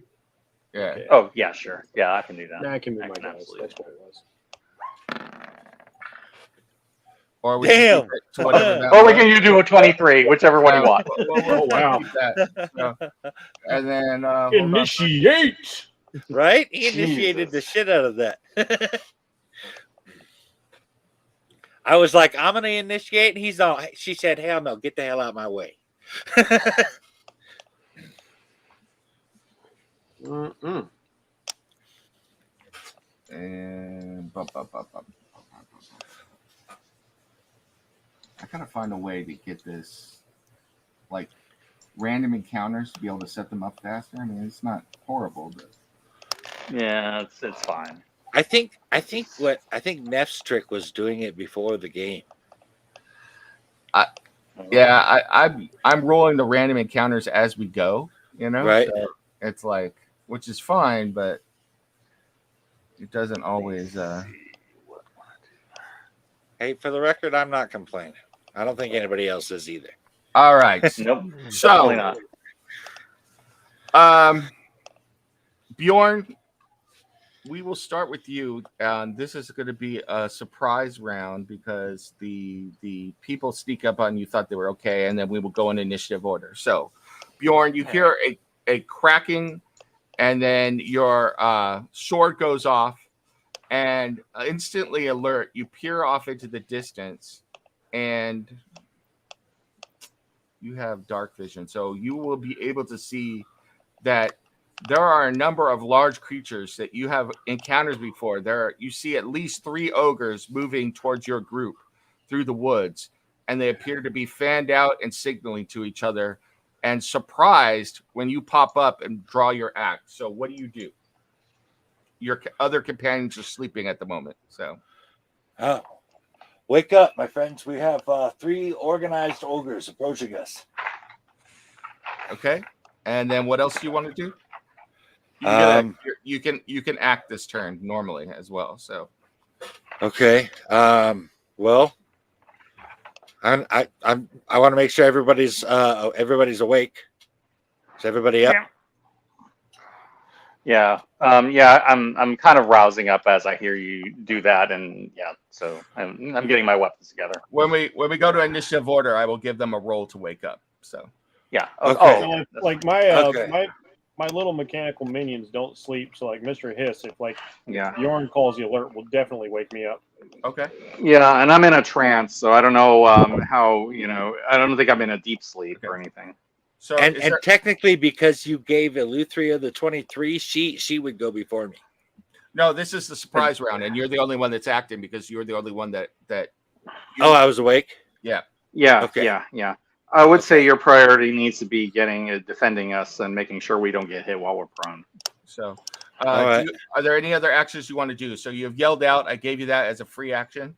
You drew your I'm weapon. gonna hold my attack until I see one of them come into my speed range. Okay, so now we will go to normal turn order. Eleuthria, go ahead and give me a. Let's just do a Constitution check. So Ooh, okay. Oh, that's not good.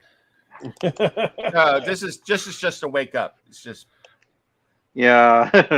Oh, is it My because con's she's in a not terrible. trance? Yes. Oh, Yeah. okay. Okay. All right, let's do that. I was all a constitution check to wake Please up. wait. Damn, I've been asleep before, but Oh, Oof. That didn't work. 4. Ouch. Wow. Yeah. Okay. I was making it really easy, but evidently you really enjoy being in a trance, Luthria. So, Yeah, I must have been focusing on something in my trance. so Bjorn yells out, "Oh, wake up! We're under attack!" And Eleuthria is still sitting there, her hands outstretched in a Zen pose, being calm and happy where she is. So, no, Eleuthria. 5 more minutes, Bjorn. Yeah. You do have a bonus action. We have potential Right. enemies organizing and talking to each other, approaching us as if they're potentially even soldiers or trained or something. This is not just some random encounter. Bjorn, you're up. Your turn. All right. I'm still holding my action until everybody wakes up. I can't just leave everybody unprotected here. Okay. Yeah. I should have set up dynamic lighting real quick, but you guys, if you can try and you can see with your normal vision, what's going on. So if you want, I could set up the dynamic lighting real quick, but if not, you know what you could see and what you can't see. So Yeah, it doesn't matter to me. yeah, I mean, the question is, did we have a campfire going for the night? you would. So you would have. So, I our night vision impaired people will have some sort of light. Yeah, it would take me a couple minutes, but I could do the lighting real quick if you want. But it's up to you. It's not Nah, I necessary. think we're good. Okay. Next is then so Bjorn is holding his action, holding his axe. Cirrus. Yeah. Ouch. Nope. Jesus. What did you get? It's like my party has suddenly turned into 6. teenagers. Cirrus, that's actually good enough. You wake up. Groggy, but you wake up. So Looks like the target number is 5 or better. yeah.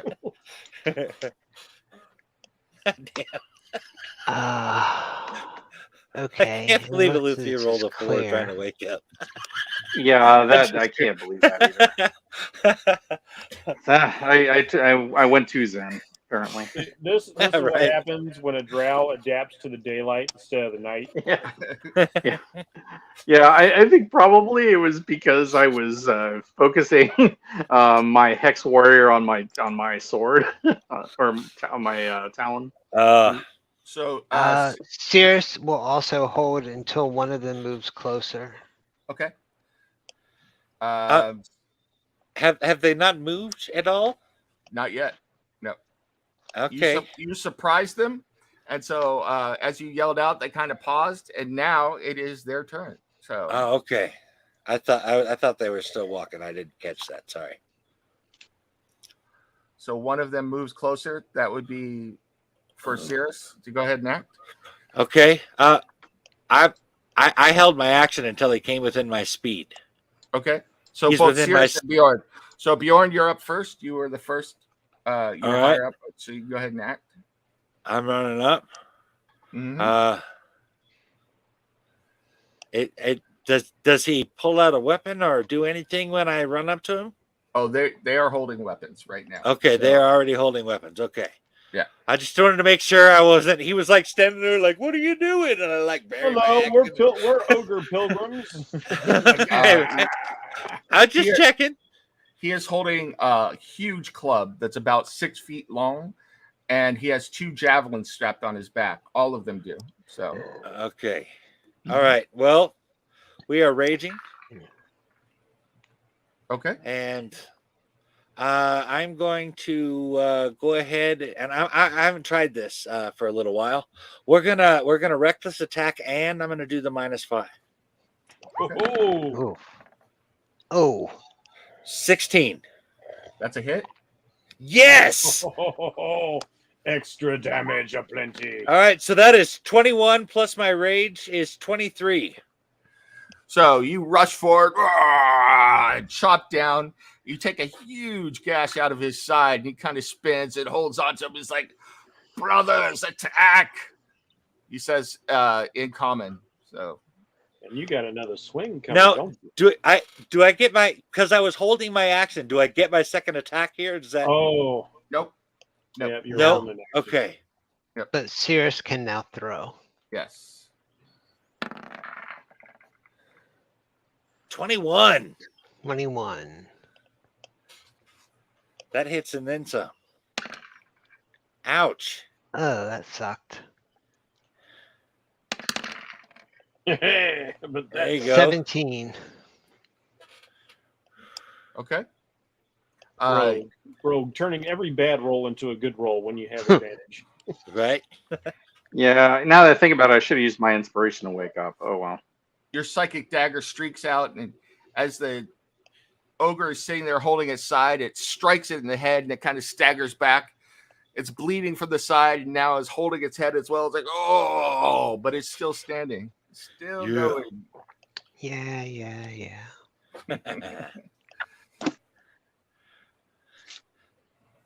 Wake up, you fools. Fly, you fools! 6.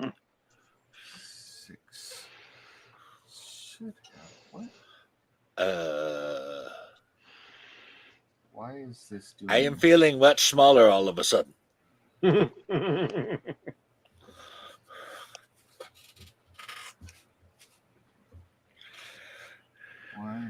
is D20 At least they ought to know giants. being a jerk? The smallest of giants. Oh god. I don't know, man. That thing's taking up 10 square feet. It's still better than hill giant. Good Lord, man. That's scary. Hold on for just a second. For some reason, I'm trying to. The ogres don't want to appear. Their character sheet. Uh-oh. All right. Well, at least it did that. Okay. So they do not have reach. It's interesting. That's what I had to check. Okay. So he comes rushing in, yelling and bellowing. He's raising his great club in the air, but he is unable to get to Bjorn yet. So he's kind of threatening him. Are you threatening me? You have TPK for my bunghole? That's right. These 4 move to here, and all of them are holding javelins that they fling at Bjorn. Oh, shit. Oh shit.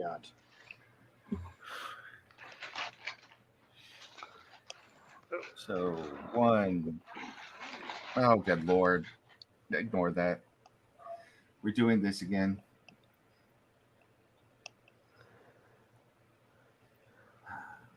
I got to take one day and just go through this whole module and turn all this off for everybody. So, and boom, boom, boom.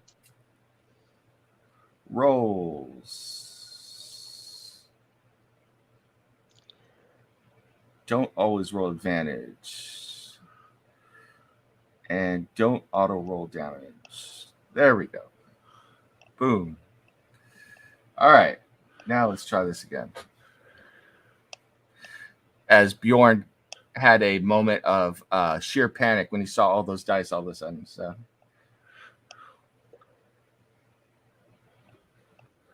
one,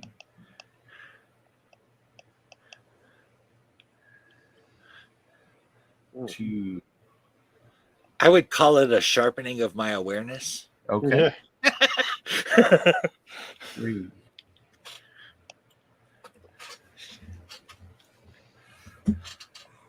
4. So now I gotta look and see what I wrote.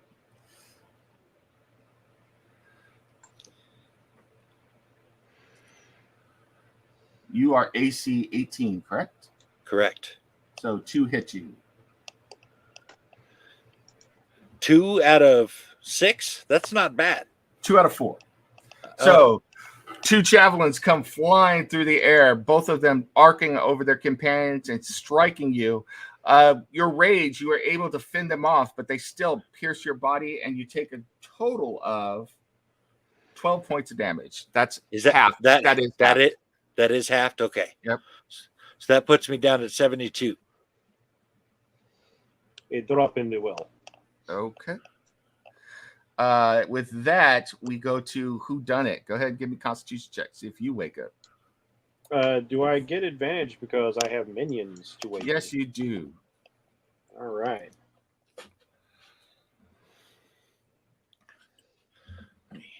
And if you fail DC 5 with advantage, you deserve to be asleep. Yeah.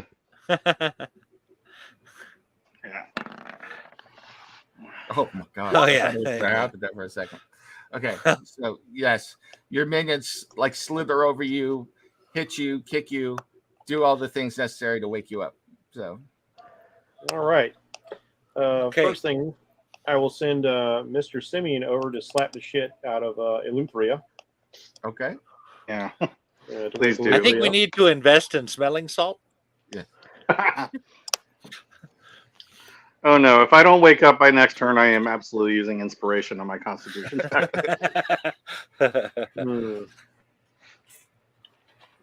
This is not good. I see that they are armed with javelins. Well, 2 of them are missing one of them. Well, actually, 4 of them are missing one. yes. So they only have 1 javelin left. Yeah. I mean, do they? How many? Can I see how many javelins they have? They're each They carrying. each have 2, he said, on their back. Well, you can see that the 2 Okay. closest. You can see clearly that they have 2 javelins each strapped to their backs. So, Oh, that doesn't necessarily mean everybody then. Yeah. I see. Because I'm debating on whether or not to take a chance, like just give everybody disadvantage by dropping a fog cloud on the area. All right.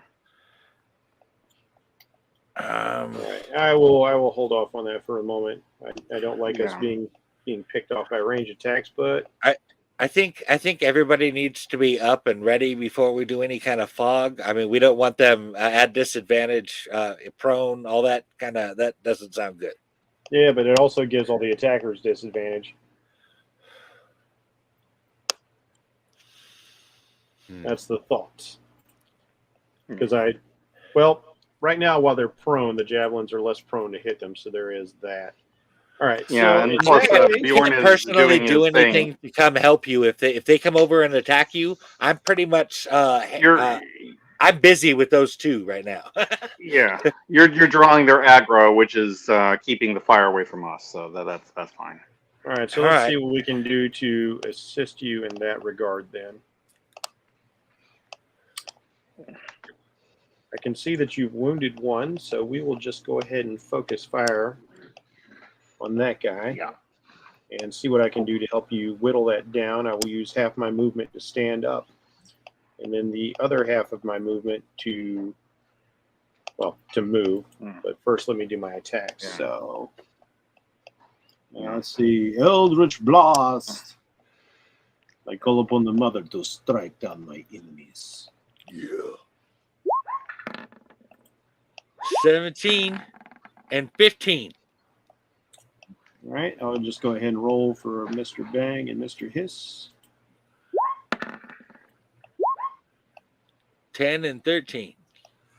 so everything except the 10 hit. All right, Yeah. let's see. Yeah, who got baby. what. Let's Yeah. see. Oh man, It's kind of hard to miss them. They're that big.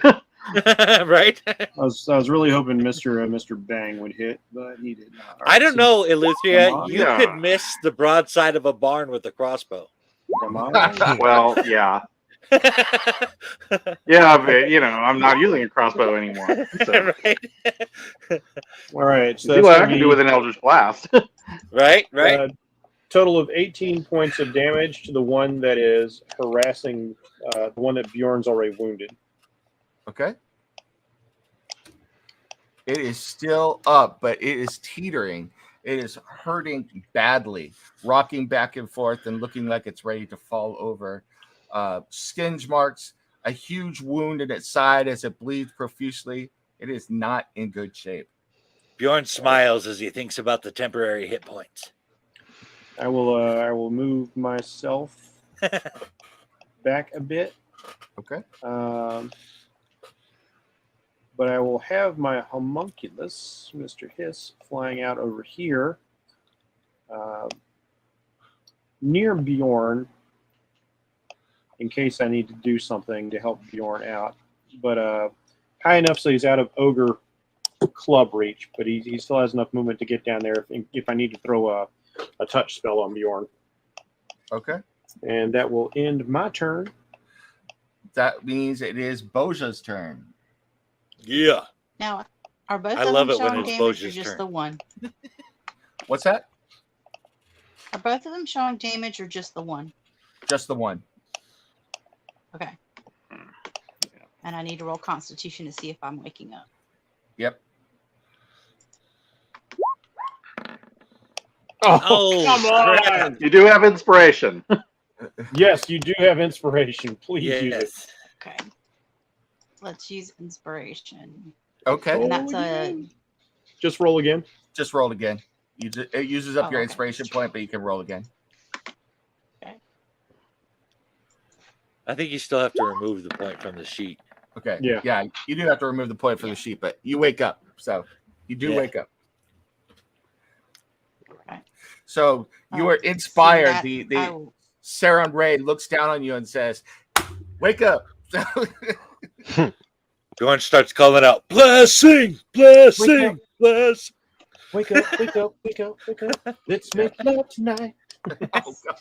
I don't think Saran Ray is saying that, but you So know. she, When I get that feeling, I need sexual healing. Are you singing that to the Wrong ogres goddess. who've done it? It would be very distracting. They may run. They I may got run an away. idea. Strip down to your underwear and walk like a chicken. Yeah. All right. Osha, what are you gonna do? Nice reference there, Mike. Spiritual weapon at the one that is wounded. Okay. Does a Let me 10 put your hit? spiritual weapon there, but that is a miss. So, Okay. where do you want your spiritual weapon to go? Beside the wounded one. Just right next to it by Bjorn. Correct. Okay. I should Then just save this because you. Yeah, you should just give her a controllable icon for the spiritual weapon. Yeah. So here's your spiritual So weapon, then- and we will cast Toll the Dead on the wounded one. Yeah, baby. Nice. You know ogres don't have good wisdom saves. Da da da. Damn. Yeah, baby. That's a good roll. That's how you do it. Come on, All right. fail that save. Fail that save, sucker. Jen, you should be able to move the spiritual weapon, but if not, I will fix that in just a second. Let me make I don't this. see it on mine. It's right here. It's very hard to see. Against Yeah, Okay, I just want to okay. check something with the group. Has Boja had a turn where it wasn't awesome? Not so Because far. I don't think she has. Not very many. It doesn't happen very often. No. She is a whole big pachyderm of awesome. Right, There's- right. She just kind of shows up and whoops some ass every time. She's got a lot of power packed in that trunk. How much junk has she got in the trunk? So he got a 4 on his wisdom save. So 18 points of damage.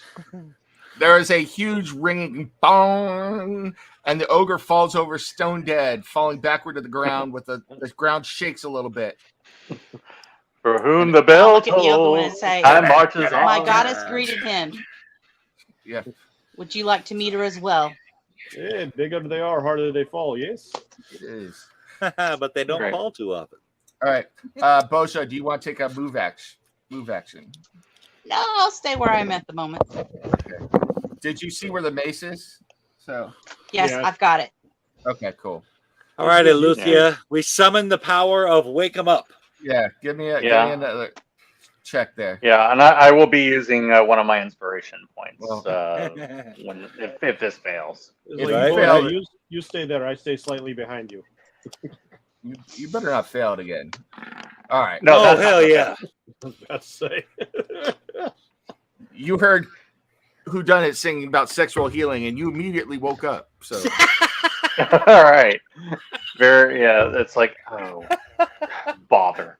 It's like we're gonna have to kill these ogres, aren't we? Well, This is yeah, how weapons multiply. and since I can't, it takes an action to summon my pack weapon, so I don't know that I can do that here.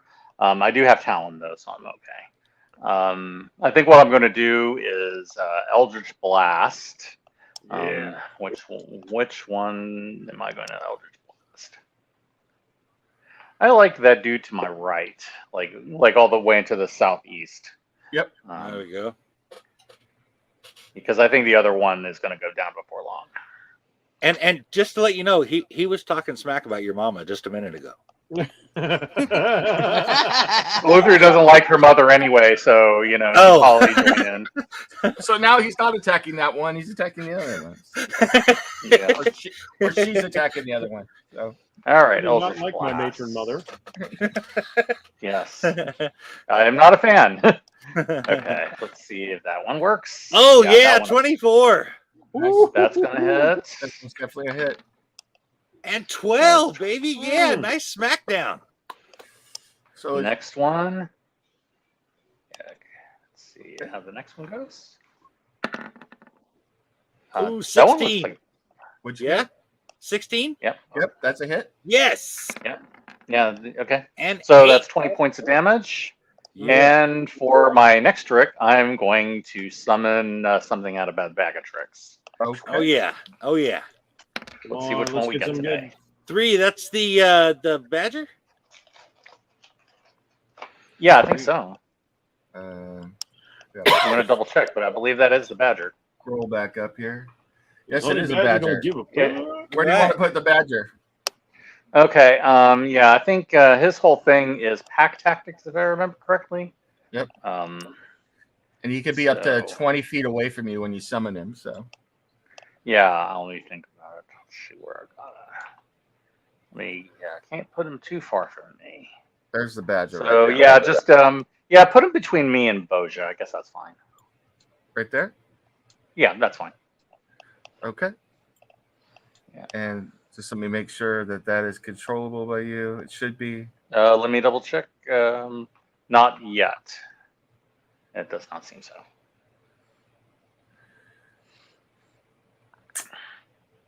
All right. Bjorn, it's your turn while I work on this. So go ahead and give me what you want to do. All right. We are going to step up here just a little bit. And we are going to lay down some serious smackdown on this dude. All right. We are going, of course, reckless attack. And I'm going to try a little -5 on this boy, too. Ouch. Oh yes. 10. That is not a hit. Okay, so let's hope we do better on the second one. All right. I'm feeling less brave about the -5 this time. Steve, you should be able to control the badger now, I think. So All right. Yeah, let me check. Oh, that's a big hit. Yeah. All right. that is a hit. Now you should have done the minus. I should have. Yeah, I got motion on it. Okay. We're So good. that's 15. All right. So the first strike, having seen you hit his companion, he is able to dodge aside, even though he moves very slowly and clumsily. But with your second attack, you come back at his legs and strike right into his thigh, a huge gash, another one. And he roars in anger and pain. So you did 15, right? With your rage? 15. Yep. All I'm right. actually remembering my rage this time. Nice. All right. That means Saris, you're up. This was a Sears video will game. throw. I get a little achievement unlocked. That's a hit. 13. Yep. Hit. Cool. Yeah.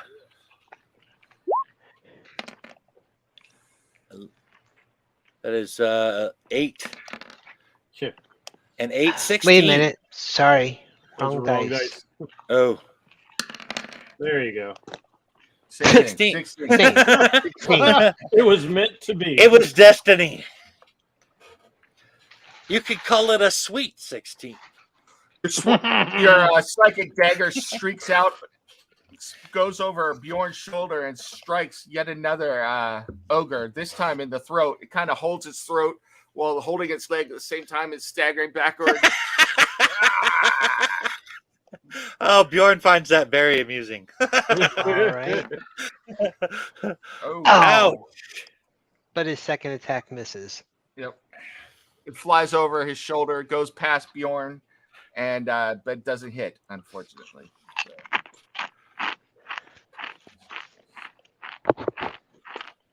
It's sad to see, like, even rolling a 1, you still get a 9. That's like crazy how much how much stank he's got in them things. Yeah, +8's pretty burly, dude. Why did the ogres disappear off the turn order? It's all about the finesse.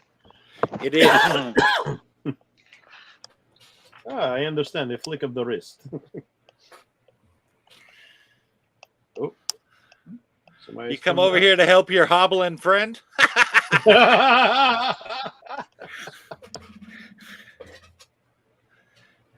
Oh shit! I was just kidding.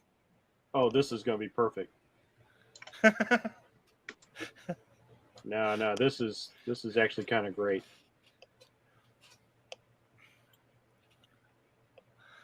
Okay. They're not so pretty. I was willing to talk shit when there was 2, but a third arrived. Yeah, I'm about to help you. I'm about to help you because they have clumped up. There's only 2 in range of you right now, though, Bjorn. So. Okay. And they are going to strike at you with their great clubs. Oh shit! Jack be nimble, Jack be quick. Interesting. And for some reason, they disappeared off the turn tracker, but I remember where they were in initiative order. So first one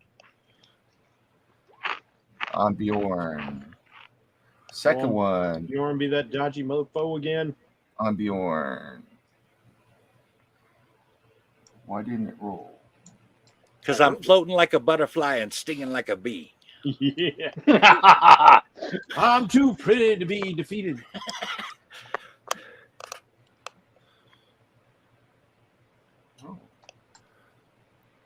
Okay, there we go. So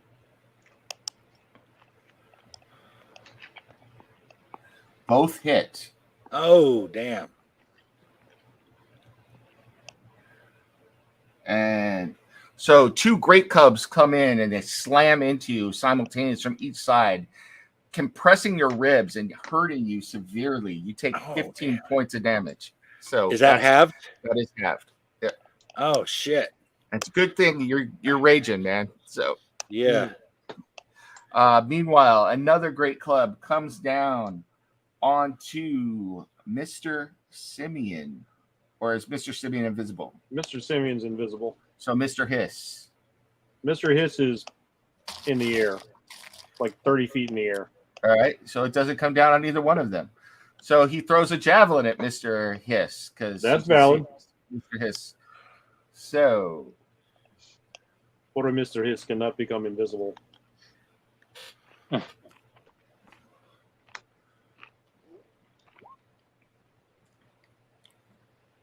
And he hits Mr. Hiss. Oh crap! There goes Mr. Hiss.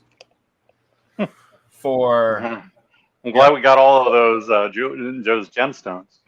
javelin comes arcing out and pierces through Mr. Hiss, and Mr. Hiss gives a giant and falls to the ground with the javelin piercing through him. Gone, dead. Flies apart in many pieces. 2 more javelins come flying out, and having seen Boja the Blessed take down their companion, they aim at Boja with their javelins. Oh no, you don't. Yeah, so much for using him to cast spells through. And I don't know that they're going to hit Boja the Blessed. It's right there in the name. Fiskrit wants them to hit Boja the Blessed. Fiskrit wants to be in elephant body. One of the javelins misses wide and barely misses whodunit as it streaks over his head, but the second one strikes Boja full in the chest and gets through her armor. She takes 13 points of damage. Ow. Ow.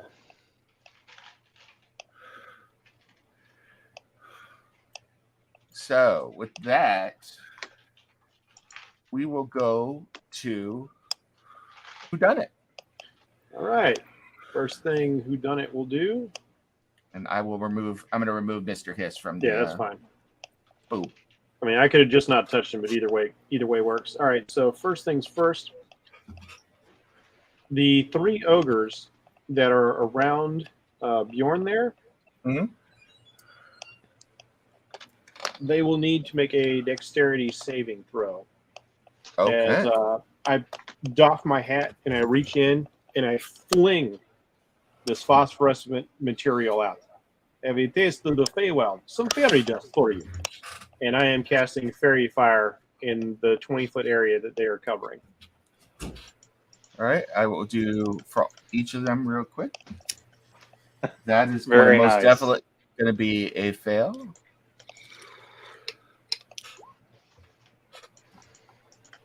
Yes. Wow, that's going to be another fail. Are you guys seeing these rolls? Or are they the only on? No, for me but there? the Nope, I'm we're not not seeing seeing it. it. Okay. So I rolled a 1, a 1, and a 10. So I think those are all fails. Those are all fails. They are Right. all lit up. Ooh. Bjorn, my friend, you do not have to reckless attack. You will have advantage on those 3. Oh, nice. So, Thank you, sir. The dust comes out, and suddenly all 3 ogres that are surrounding you, Bjorn, are encased in purple They fire. glitter like fucking Tinkerbell. Yes. And they start doing a little dance. So, you know. It's the Jingle Janks. Oh no! And they do it in the jingle janks. It's spread all the way out to the ogres now. So it's the dance craze. It's taking over the north. So All right, I will. What's really funny is the hobbling guy doing the jingle janks. Holding his throat in the one leg doing the jingle janks. All right, DM. I have a question about the terrain. yes. All right, is this a big rock we're standing on? No, this is a ruin. So Okay. I mean, so it basically is a big rock, but it's the ruin of what looked like a shrine, but it's all been crumbled. So it Okay. seemed like a good place to get up off the ground. So it's uneven stone and marble and things because it's been worn by time. So Okay, so what I would like to do then is I would like to take my movement, and I would like to try and give myself as much cover as possible to make it harder to hit me with a javelin by ducking into the bushes over here. okay. Mr. Bang will go somewhat with me, but he still needs line of sight as he can still fire. And I will fire. Yeah, I'm going to keep focus fire. So, like, since this guy is already injured, he will fire with advantage at the wounded ogre. Okay. Come on, Mr. Bang. Damn. Oh, Yeah. I say That is Mr. a Bang crit. Bangs. All right. That's a big bang. That's right. Was that a crit by any chance? Yes, It that was. a crit. Yes. Whoa! Or as Bjorn was like, whoa! So Mr. Bang Wait, did that just roll a bunch of 8s?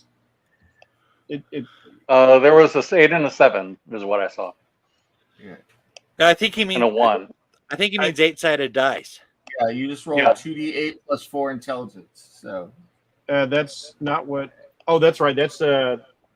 Mr. Bang has different stats. Like, oh yeah, and you Nice. doubled it because you critted. So oh, that's a beautiful number. Yeah, baby.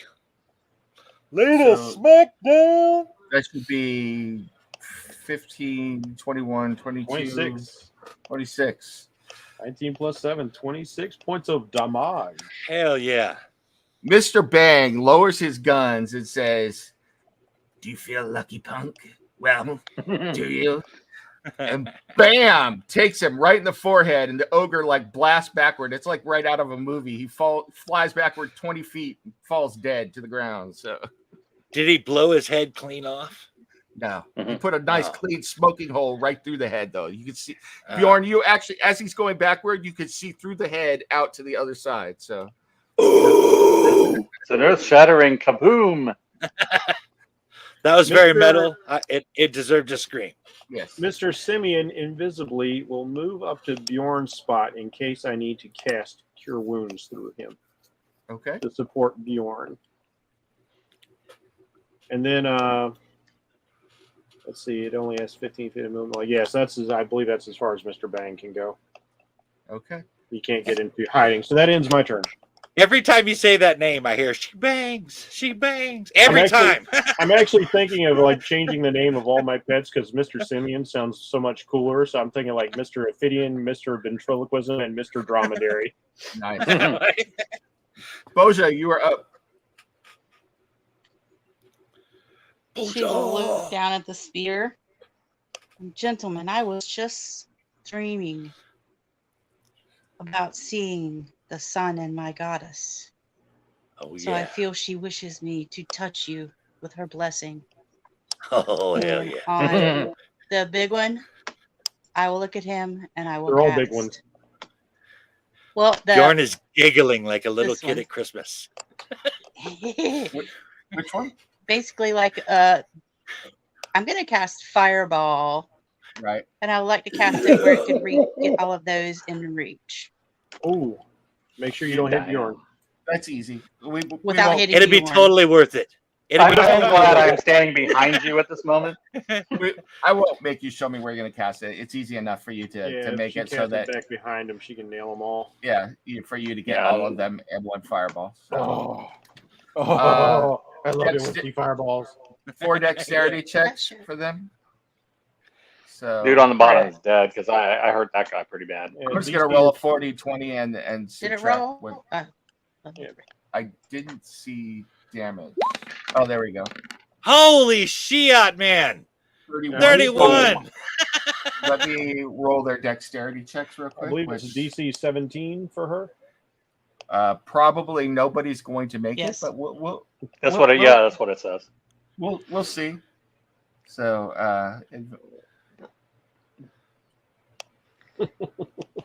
Ogre barbecue. That's right. Wouldn't Burley be happy? Oh man, I was about to say if I was playing my lizard man, he'd be like, hey, "We've got lunch prepared." yeah, If Burley was here, we'd be having a proper ogre meal right after this. nobody makes it. Yes. Your fireball lights up the night sky, taking out several trees and setting them ablaze, and all of the ogres scream and howl in anger as they burn, but none of them fall. All of them are still up. Okay. Now, Not for you long. still have your spiritual weapon for your bonus action. Those two Yep. ogres up Yep. top there, you have advantage to hit them.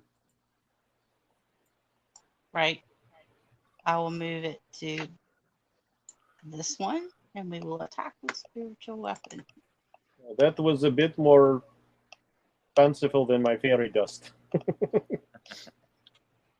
Now, was that civilized? I Clearly. use what I was gifted with. Bam. Did Oh, you, yeah. 25, baby. Wait, did you roll with advantage? I guess it doesn't No. matter. You hit. She hit anyway. It doesn't Yeah, matter. but she might crit. She might crit. Moshe doesn't need Right. advantage. She's blessed. Okay. Well, yeah. Just No, do it with well, okay, 25. 25. We're going with 25. Go ahead and give us some damage. You hit. All right. Yeah. Yeah. That's So a the solid mace hit. comes striking down on the ogre. Still standing, but it is hurting and reeling as well. And they are now starting to look panicked. And I'm just serenely After looking she at them. said burn. You should probably flee and never return. Alutria. I'm gonna finish that dude off, and I think I have advantage to hit him. So let's blast. So Eldritch Blast, and I have Avantage.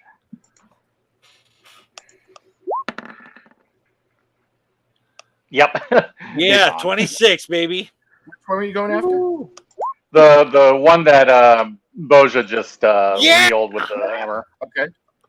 8, baby. Yeah, that's what I'm talking about. All right. 13 points. You guys are Okay. piling on this poor ogre who's just out looking for food.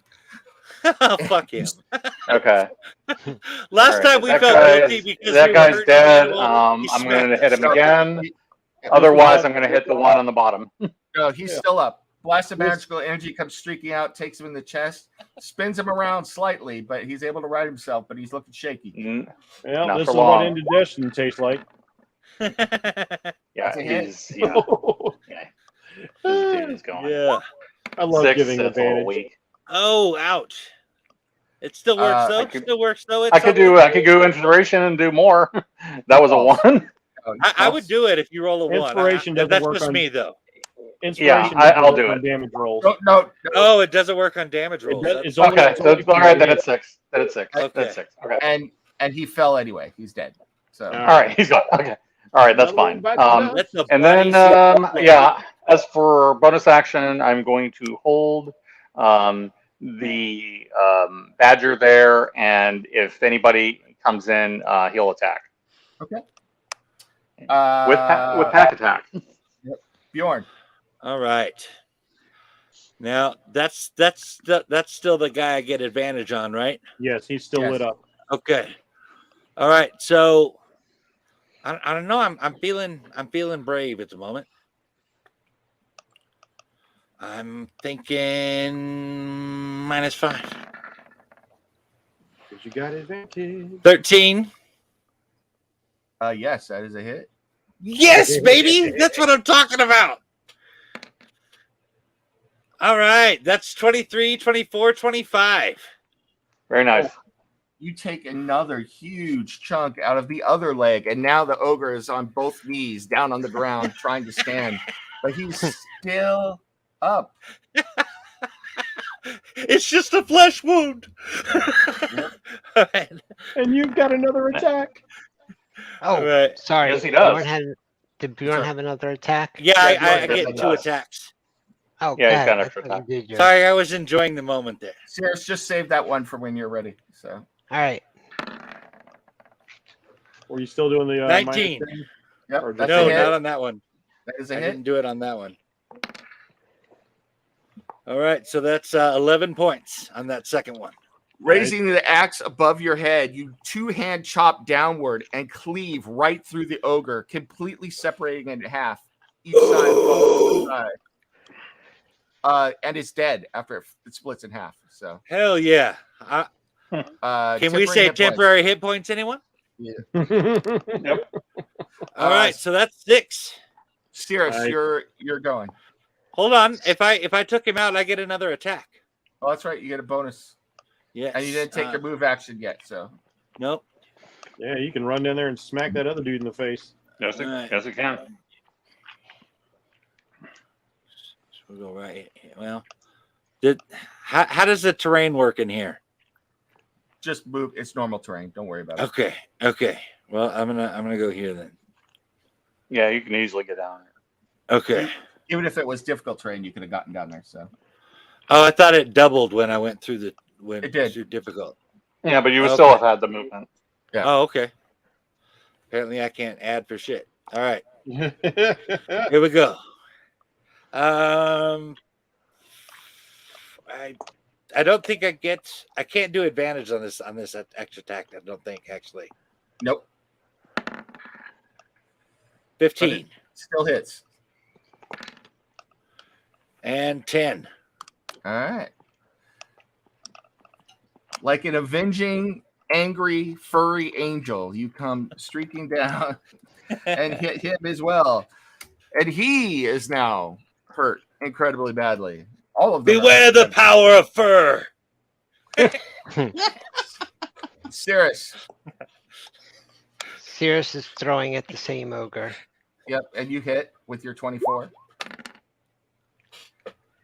And you should have sneak attack damage as well. So 11, 25.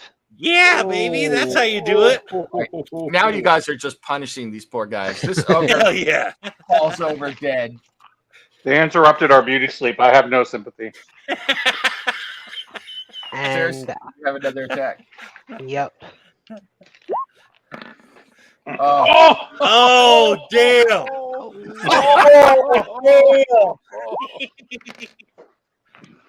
Oh shit, 12. baby, yeah.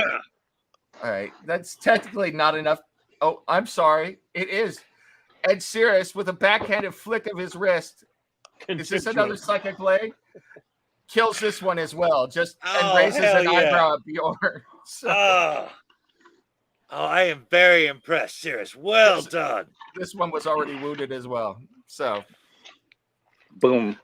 yeah. So around you are the bodies of 6 ogres now, all of them Search dead. them. Search them. Oh, yep. I'm Right. still laughing at the guy that was hobbling. You round up 12 javelins, 6 great clubs, and then find not much else onto them. They have 25 copper pieces between all of them and some scraps of food, and that is all. But it looks like they were out hunting for food or a raiding party or something, and you just guys smacked them down. So, All right. but I'll you're take Well- I'll take a great club and one of their bows. They're They not have hungry that- anymore. Wait a minute. That club is 6 feet long, Yeah. Eleuthria. And I typically carry a great sword. So your point? they had 12 javelins. I just not figured bows. the club would be a lot heavier than a great sword. They're big. I can handle it. All right. Okay. She's strong. So, Well, Yeah, that you- was a happy ending. yeah. They're not hungry Yeah. anymore. Yeah, and by the way, I hand my mace Lightbringer to Bojai, and I say, yes, I was greatly impressed. I think you deserve this more than I. Oh yeah. Thank you. So that's a This will be +1. That's a +1 mace, and it comes to light on command, and it does an extra D6 against undead. Radiant damage. Nice. So, sleep was interrupted for purposes of, if you're trying to use hit dice to heal or regain spells and things like that. So you didn't get uninterrupted 8 hours sleep, although Eleuthia will still be able to get 4 hours of Trance. meditation trance, unless you guys How are badly is interrupted. everyone hurt? I think you were hurt probably the worst of us. Bjorn is down to 57. That's what I got.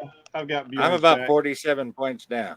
I'm not 47. Okay. I'm sorry. I've actually got 27 Bjorn's back points down. since Well, I can actually do a Mr. prayer of healing that will heal up to 6 creatures. With how much healing? 2d8 plus 5. That should Let me that would just be check. plenty for me. It will take 10 minutes. Because if you want, I can pump 2-second level cure wounds in him. I think Well, just this the will one help thing, everybody. just what she's talking about should be sufficient for me anyway. I don't know about everybody else. I did not take damage this time, so I feel quite good. Okay. D8. Yeah, we're definitely gonna get this thing. You Improved. said 2d8 plus 6, right? 2d8 plus 5. 2d8 plus 5. Yeah, that's plenty.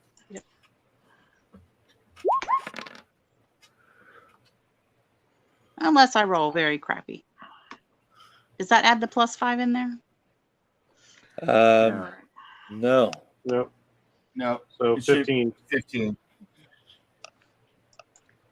Oh wait, you rolled 5. You got 5, and so it says, 10. Oh, it is That 5. is- Yeah. that is the plus 5. Yep. Did it roll 2d8? I don't see the other d8. Yeah, It there's did roll two the dice- 2d8. Yep. There's 2 dice on there Okay. for a total of So 5 plus 5. That's is 10 points for everybody. Yeah. All right. Okay. Mhm. That puts me up at Correct. 67. That is a lot better. Yeah, I go ahead and give you something.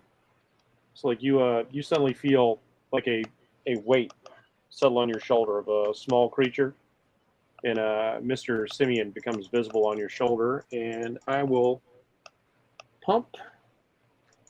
Let's see how much we get here. Because I'm using my warlock spell slot, so they'll recharge after just an hour. Okay. want to pump you up. So the first one. Man, what is it with the 5s? No, that's strength. Plus your spell casting ability modifier. So That is charisma. that is +4, so that's 9 points for one. And we'll fire another one into you. That's much Oh, better. damn. So that'll be 14 on that one. So 9 and 14. So 23 extra points. All right. For everybody? Do they have any arrows For by you. any chance? Just for you, Bjorn. Okay. No, all they had were javelins. Each of them had 2 javelins. Okay. So there's 12 Okay, you javelins. said one of them had a great bow. I distinctly remember you saying No, that was Bjorn saying that. Oh, okay. Okay. Okay. Yeah. I'll let Bjorn have all the javelins if he wants them. I definitely don't need it. I mean, I can add them to the javelins I got already. Yep. Yep. How many of them are there? There's how many javelins are there? 12. There's a lot of javelins. Okay. Yeah, you're gonna be good in javelins for a while. Big ass bundle of javelins tied up to your back. Where? So that's those spell slots used. Guys, I'm going to shut my browser real quick. It's doing something weird. I'll be right back, okay? All right. Okay. No problem. I'm not seeing where to add the. Oh wait, in the name maybe. How do I add the? It no longer. It used to say 5 javelin times 5 in the thing on there. We will do. I'm sorry. How many was there again? There's a quantity under items, but if you're looking at an attack, then no, it's just the name because that just tracks damage. Oh, it's Okay. bludgeoning, isn't it? But the items at the bottom of the Oh, there we go. page, Okay. there's a number. I see it now. Sorry. Thank you. Uh-huh. Yeah. Bludgeoning. I can spell. I really can. Okay. And there was 5 javelins, correct? There's a total of 12 javelins on the field. Oh, 12. All right. So I'm at. Jeez, I Super got ogre. tons. I got tons. 14, in fact. I'm going to be like collecting the broken bits of Mr. Hit. But when I rebuild, I will christen Mr. Ophidian. Just sweeping his pieces up into my hat for now. My poor little friends taking a beating. Get back to sleep What's till on the the- morning. Yeah. The And, badger disappears, by the way. Let's see, Bosa- I need to change out my spells. Hey, Jamesis, you popped out for a second there. I just popped you back in. Okay. Can you hear me now? Yes. Yeah. Yeah. All right. So, who done it? As far as spells, do you need 8 hours interrupted sleep to change out your spells? I do.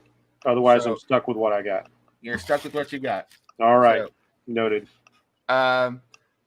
So I gotta have a long rest to change out my spells. unless you guys want to do anything else, you sleep through what's left of the evening, and Boja greets the rising sun, and you wake to her chanting and praying to Saren Ray as the sun rises, and you can be on your way again. Now, if this All isn't right. a full rest, does it still count as a long rest? No, it would be counting as a short rest at most. So All right, so we have exhaustion, except for Eleutheria. Right. It's transfer. All right.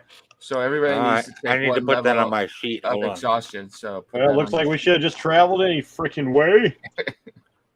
Exhaustion level 1. All right. You could stay here and wake up late, so you could get another 4 hours of rest and then sleep until the afternoon, or noon to wake up, and then be on your way, and then you would get your full long rest then. So You guys. I'm going to say I mean, that I can trying watch- to I can get watch- a long rest I can here watch you didn't work guys. out well the first time. Yeah.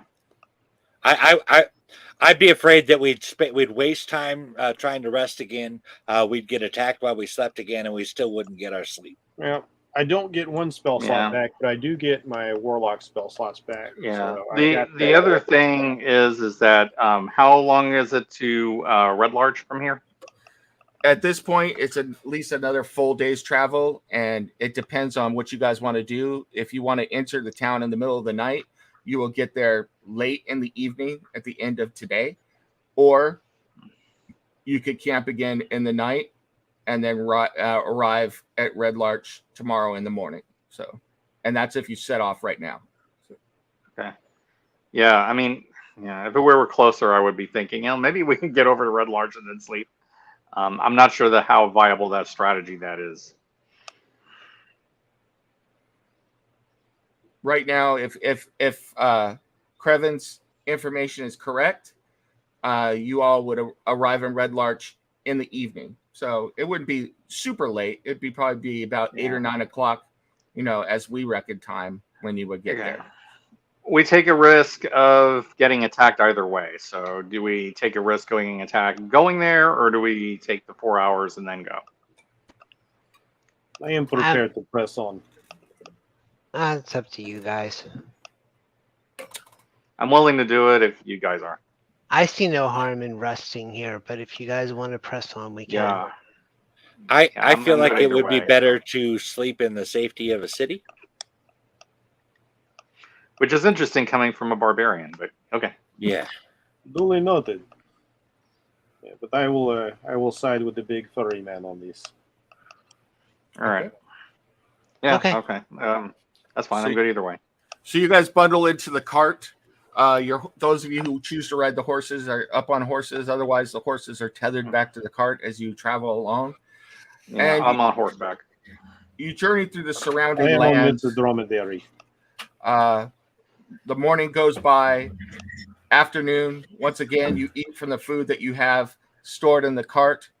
Continuing on into the evening, you see nothing, but looking off in the distance, Boja, go ahead and give me a perception check, please. Okay.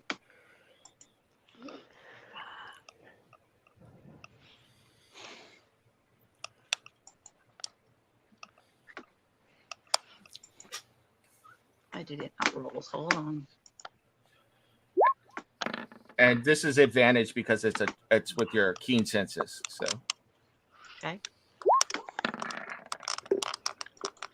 Oh man, what that is like Michael Nero level perception. Right? In the late afternoon, your trunk kind of tenses up again. You notice a change in the air to the east. So you can look that direction or not. It's up to you. I will look in the direction and let everyone know that I sent something.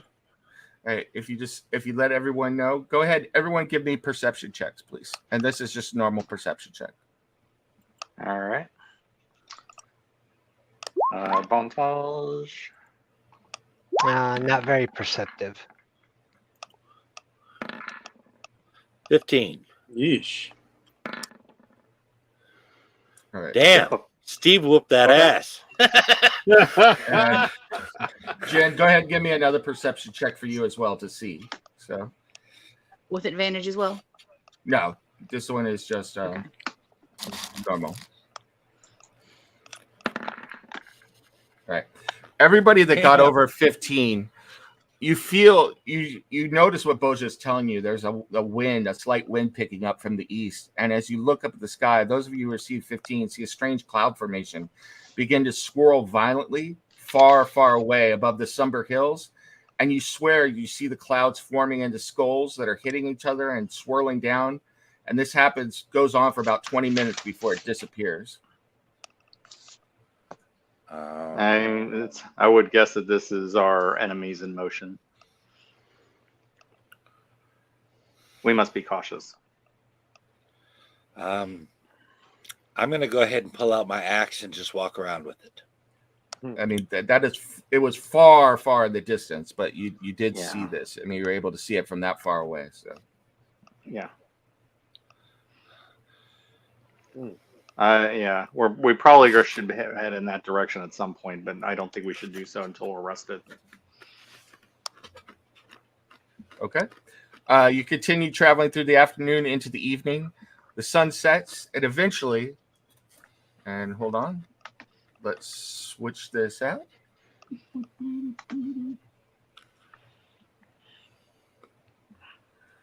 You all make your way from the south into Red Larch. You should be able Very to see nice. this. Yeah. I So- can see the town. Yeah. I got a feeling we can make a deal with the devil in the middle of this town.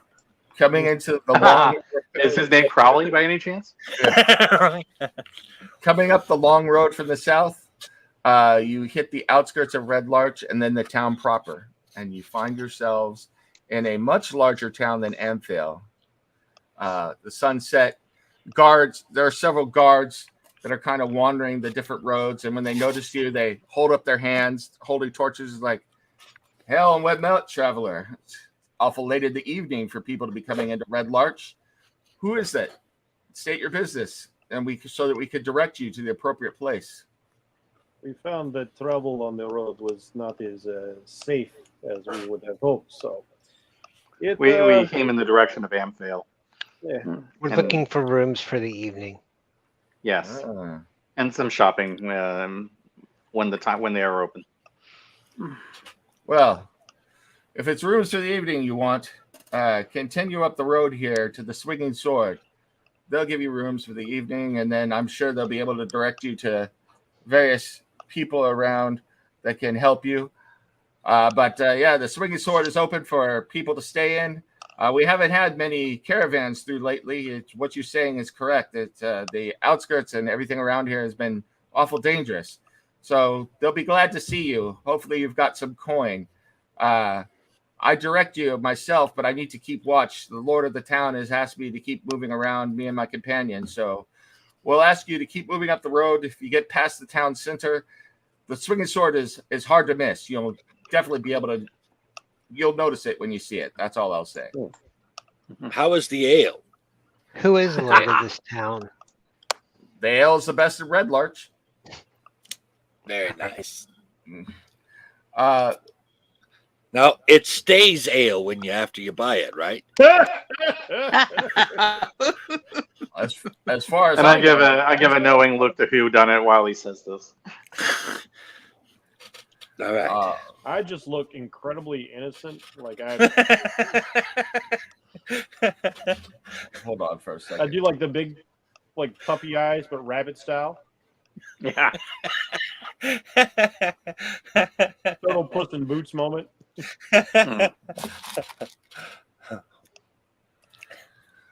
The lord of this town is Marlandro Galker, devotee of Tyr. Is she one of the knights? Thank you. No, you mean the Knights of Samular? Not that I know of. The Knights of Samular are off to the east of here. That's where they have their keep. But Marlandro has been here for many years and is known to be a devout worshiper of Tyr. A priest? Yeah. Yeah, I am not of their order, but I'm a knight myself, and so it would be good to pay a visit to my brethren. Yes, well, I'm sure the lady is asleep at the moment, but you could call her on her in the morning. But as I said, That sounds lovely. the Swinging Sword is just up the road. It's a hard to miss. Thanks. We should head up the road. Yeah. Heading for the Swinging Sword and That's right. ale. That doesn't change taste. Preferably, yeah. So you continue up the road, go past the city center. As you're going along, off to your left, going up the road, you notice that there is a fairly large building that has a symbol of numerous gods and goddesses on the front. And there is a sign right in front that says the All Faith Shrine. dwarfing this building, standing next to it, you see a 3-story stone structure. That is quite unusual, even in Waterdeep. And it has a steep slate roof that bristles with a number of chimneys. All of them seem to have been well used, but there's only one that has smoke coming out of it at the moment. So a signboard juts out over the door, hanging from chains, and it's a 10-foot long carved wooden scimitar emblazoned with the name of the inn, the Swinging Sword, in red paint on both sides. There's the inn yard as you come in has stables and outbuildings just behind the building. And as you approach the front, a young boy comes out and he's like, "Hello, lords, ladies.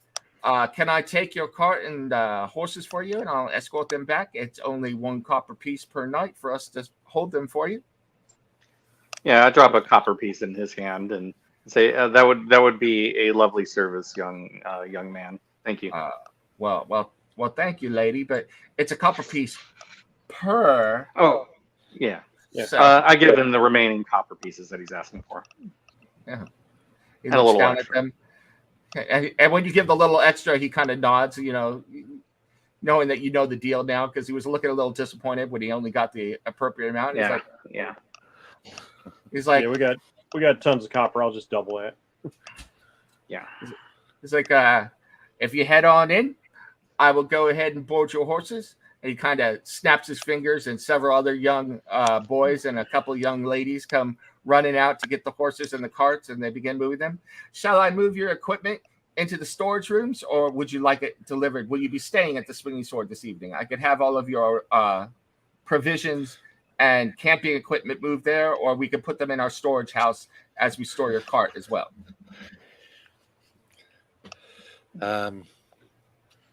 I would say put them in there. Yeah, why not? "Very good, sir. Very good. And me lady, I will do that forthwith." And he slaps his hands again. And this boy, he's about 14 years old. He's the oldest. He seems quite proud that he's the head stable boy right now, and everybody moves. And soon enough, your horses and cart are going around the side of the building and back into the back where they are stowed. And you are all standing in front of the Swinging Sword. Yeah, treat Mr. Dromedary well. He spits if he does not like you. Okay. Sometimes he just spits anyway. Never seen anything like this, sir.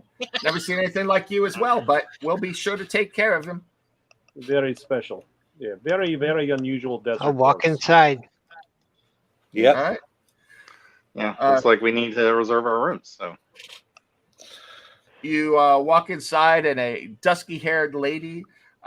She's only stands about 4'10", but she's got a very large bosom, and she seems to be wearing like low-cut, almost like pirate outfit. Comes around the bar and goes, "Ah, travelers, welcome, come in.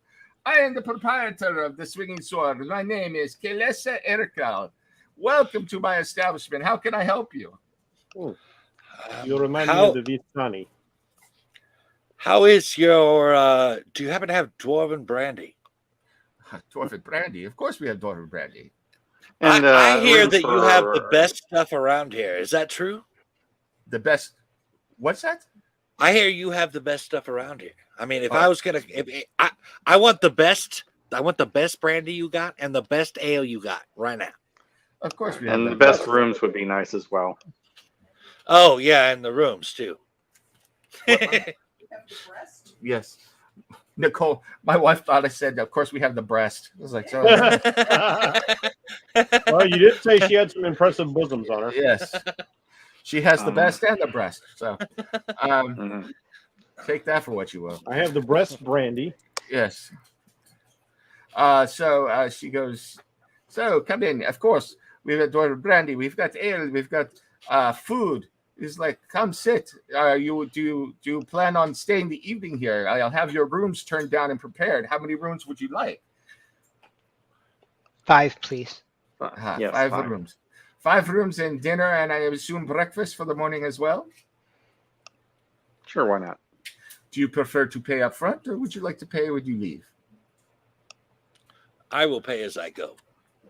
Yeah. Well, very good. We can pay. It's no problem. Well, my best rooms are available, but I will give you the rundown anyway. So, we've got a variety of foods, but I'm afraid that normally that we offer on tap or offer for cooking, but since we are, and she looks down forlorn for a moment, vacant at the moment, I'm afraid I can only offer you what we are prepared to make for ourselves. So, I will say to you, food is on the house since we have already made it. If you want to take care of us for that and give us a little coin, that would be fine. However, the rooms, we've got a variety that we can turn down for you. Our best rooms are available. We have 5 rooms in the North Corridor, which are all available, and they go for 10 silver pieces per night. We've also got our standard rooms, which run 5 silver pieces per night, and we've got rooms down by the stables, which go for 1 silver piece per night. I give her 3 gold pieces. Ah, well, Mm-hmm. you will be all staying in the best luxury with food. Enjoy yourselves. Please sit. The food will be out shortly, and I will make sure that everything is prepared for your rooms before I come back. A Please. moment, lady. A moment, lady, if you will. Yes. Why is such a fine establishment vacant? Well, I don't know where you have come from or if you've heard much about what is going on around town. We have heard there are strange things. We are just recently from Amphail. Yes. Well, Amphail, unfortunately, has not had all of the troubles that we have had here in Red Larch, at least from what I understand.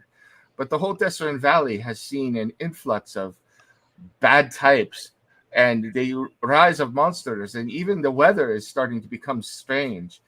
And then there was a disappearance of a caravan from Mirabar, a very wealthy caravan, not more than, 6 to 7 weeks ago. And with that, caravans have started moving in a different direction, away from the Desert Valley, going along the coast, which is usually more dangerous because of raiders and pirates. But given what is going on, travel between Waterdeep and Neverwinter, and even from Tribord to Waterdeep, has started to divert and go first to Neverwinter and then down to Waterdeep. When you talk about the weather, have you perhaps seen things in the sky that perhaps are not normally there? Yes, I've heard about that. I've also heard that some of the bargers off to the east along the river have reported that the water has actually run backwards at times, which is very strange. There have been recordings of strange earthquakes and of holes and sinkholes opening in the earth in many different places. And people even said, reportedly, that fire itself has sprouted up in the sky or in the ground and burned with strange lights, only for it to disappear again just as quickly. You can see why that would be troublesome for business, yes. Yes. I myself, until a few weeks ago, gave none of these rumors any time of day at all, but like I said, there have been many strange individuals coming in and out of Red Larch. People that do not, and not only that, there have been a rise of monsters which have not been seen in the Desert Valley for generations. I cannot What speak kind of monsters for have you- all have of you the heard things that I can't speak for all of the things that you've mentioned, but we have come across some monsters, and I have personally seen some very strange things in the sky on the way here. Yes. As far as monsters, giants, goblins, supposedly there is a new tribe of orcs that is beginning to rise. That is unheard of in Deseret. No longer. Yes.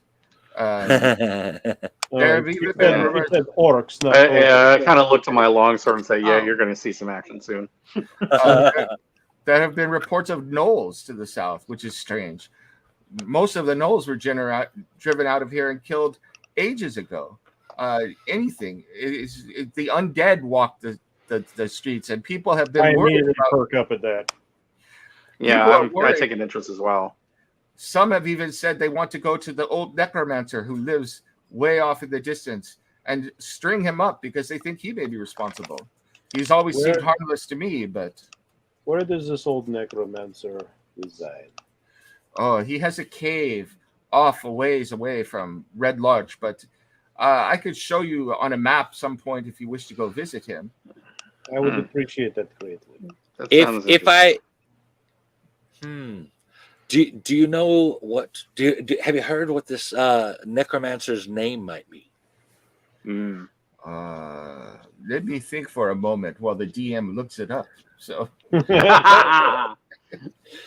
I'm just wondering. I kind of whisper to the group. I'm my first thought is Hamon Cost. It is possible, but we will see what she says. I don't know. She said he's been around and been harmless for a Yeah, while. yeah. Amun Cost is not exactly harmless. Who is this Haman Koss you speak of? Yes, go ahead. This necromancer, he's lived there going on 25 years, I believe. His name is Oriath. He's insane. He calls himself the Lord of Lance Rock, which is the name of the outcropping he stays at. He's got a cave out there in the distance, in the wilderness. He lives there all alone, and evidently he raises the dead to entertain himself. Who knows what he does out there? Yeah, get your hugging practice in, Cirrus. My face kind of scrunches up with disgust. Yes, but it has been strange. All the monsters, even the Feathergale Knights out there have taken to hunting monsters and hunting the creatures that have suddenly sprung up in the Somber Hills. They must be very happy because they are a group of hunting enthusiasts that live out in Feathergale Spire. They supposedly are from Waterdeep, but they spend most of their time out there. But they have been going around and hunting things as well. Monster hunters. Yes, but that would be something. That would be interesting. We might need to speak with these people. Might not be a bad idea. Harbrook Toothmurrow is the constable of the guard. You might speak to him as well. He knows more about what you have seen. But yes, everybody comes in here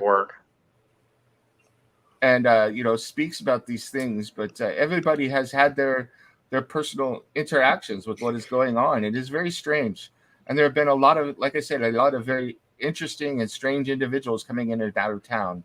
It has hurt business quite a bit, I must say.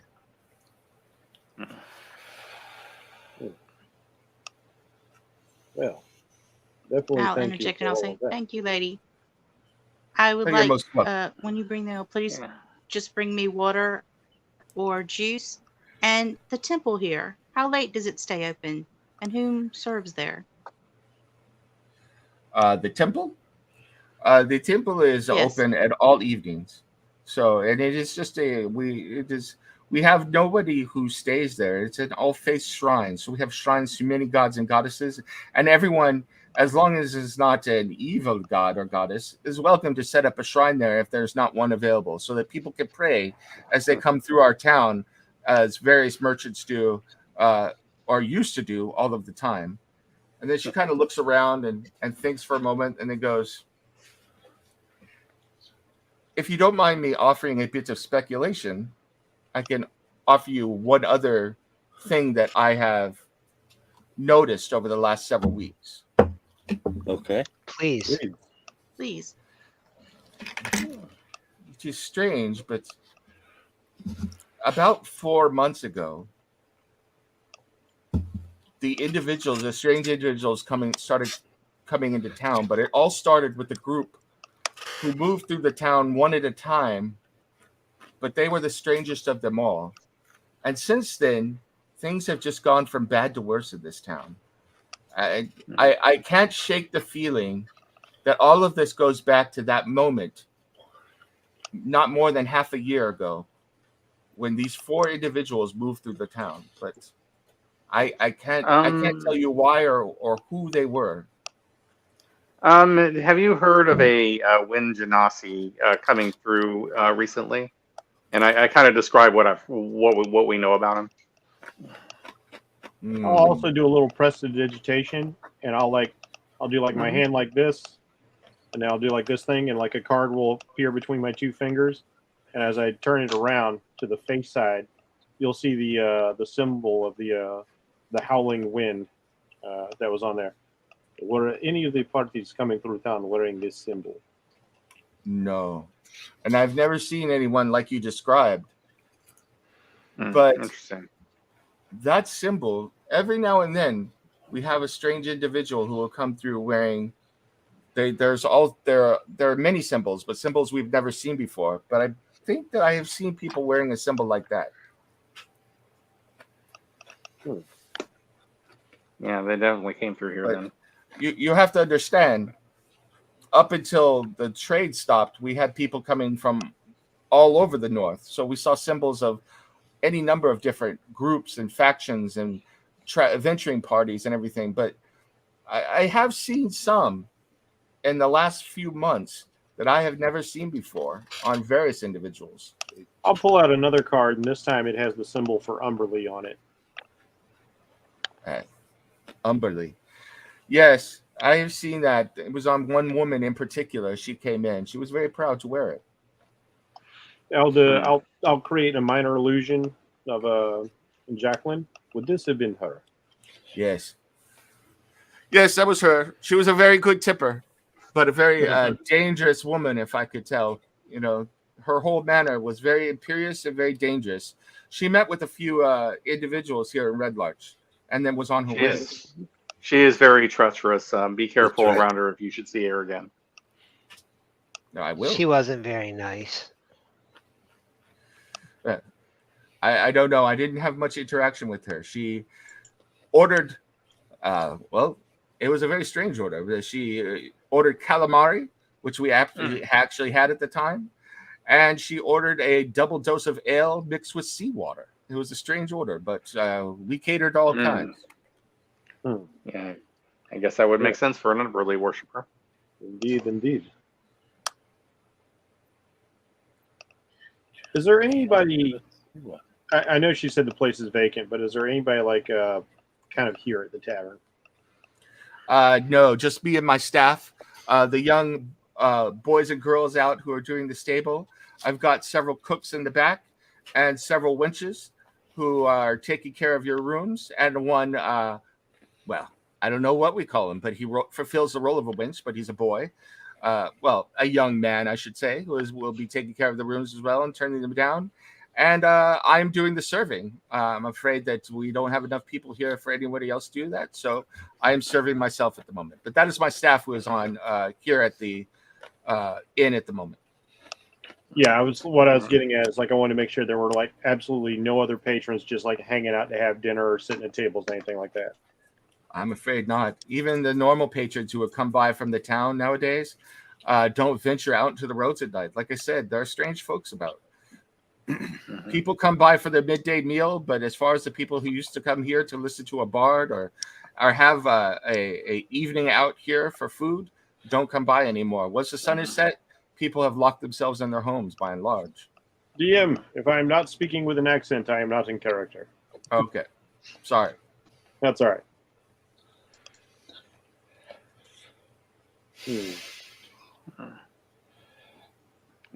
Why sunset specifically? Why do they not stay up any later? That might be when undead come out at night. That'd be my guess. It's dark. Well, and perfectly honest, because people have to work during the day.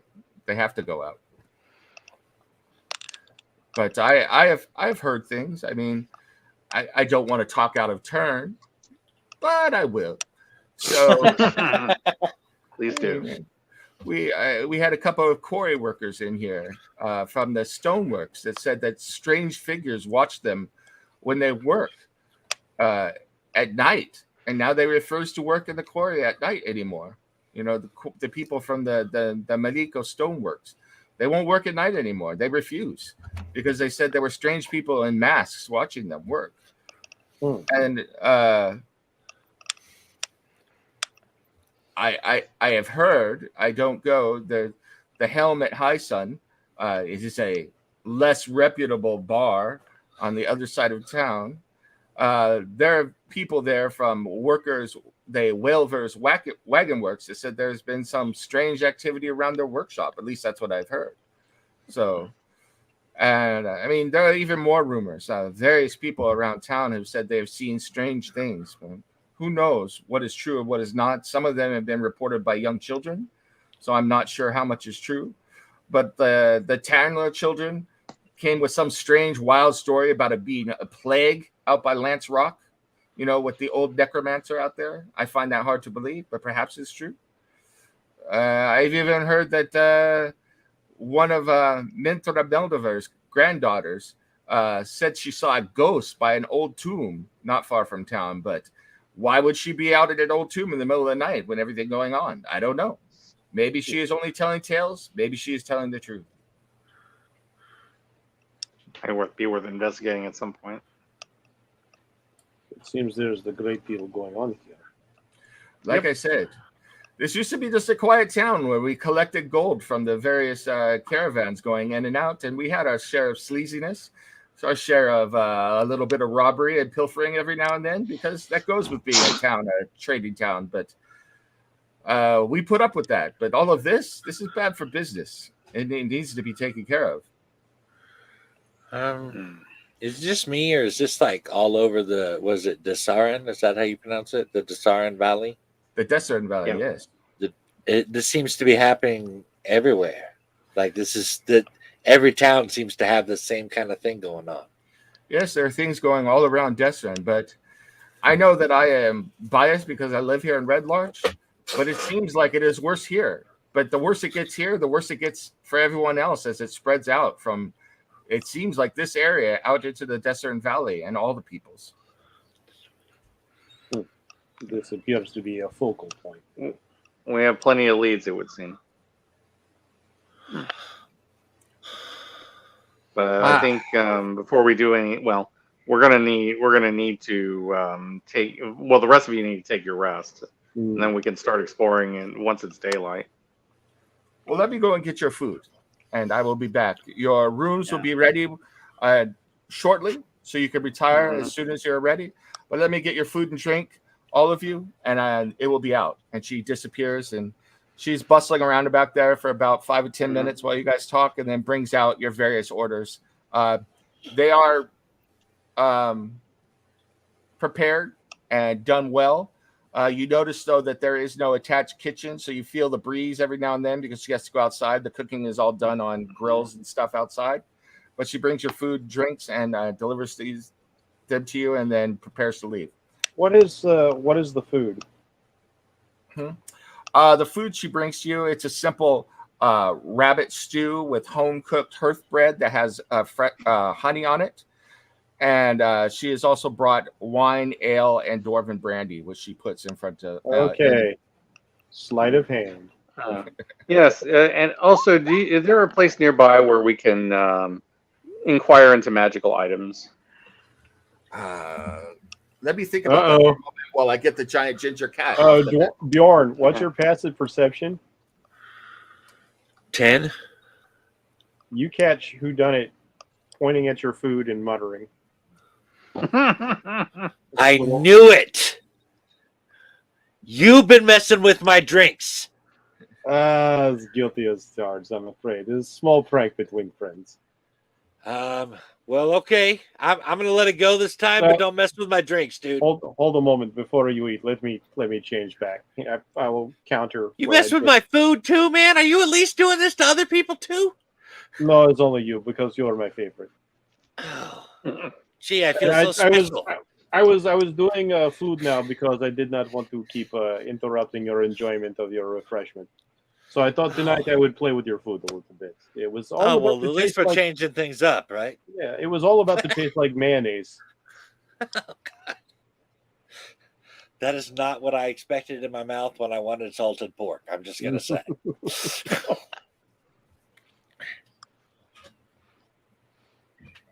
Oh well, it's joke's over. I have been found out now. So she kind of considers your question for a moment. She goes, "Oh, the best thing I could say is you might go over to Ironhead Arms.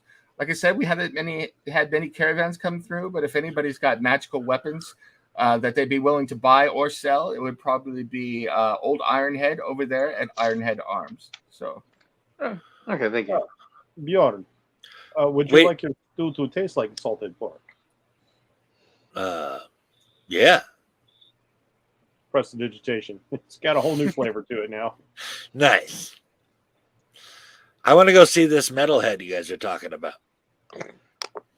I knew he was going to go for that. Okay. So We should probably rest after we eat. Yeah. Oh yeah. It's definitely. I have a task to do before I can actually lay down upon my own bunk tonight. So it is 6:45. Do you guys want to start investigating now, or do you want to break here with you sleeping for the night, and we'll pick up next time with you guys heading out into Red Larch? I'm I- gonna keep going, I'm up but for it's up to break you guys. Fine. What's that? I'm up Everybody- for taking. I'm up for breaking here. Okay. Yeah, I Alright. think it's a good break point. Okay, that's fine. Especially since we went like overtime last time. I will say like that's fine. as far as like who does after if we're gonna go to bed after eating, since a bunch of us have exhaustion. Mhm. I will take the time in my room. I will spend an hour pulling the pieces of Mr. Hiss out and pulling out my special artificer multi-tool and putting him back together and taking the gemstone that I purchased, and that's going into the head casing like a new little brain. Okay. I will put it. Yeah. In the meantime, and probably if Boja's going, I'll probably spend a little bit of time in the temple, and if there's not a shrine to El Stray, I'll make one, and then I will give my respects and make my prayers. Okay. Let's go ahead and take a break here, and then once we're off, I will give you guys experience. So. All right. Cool.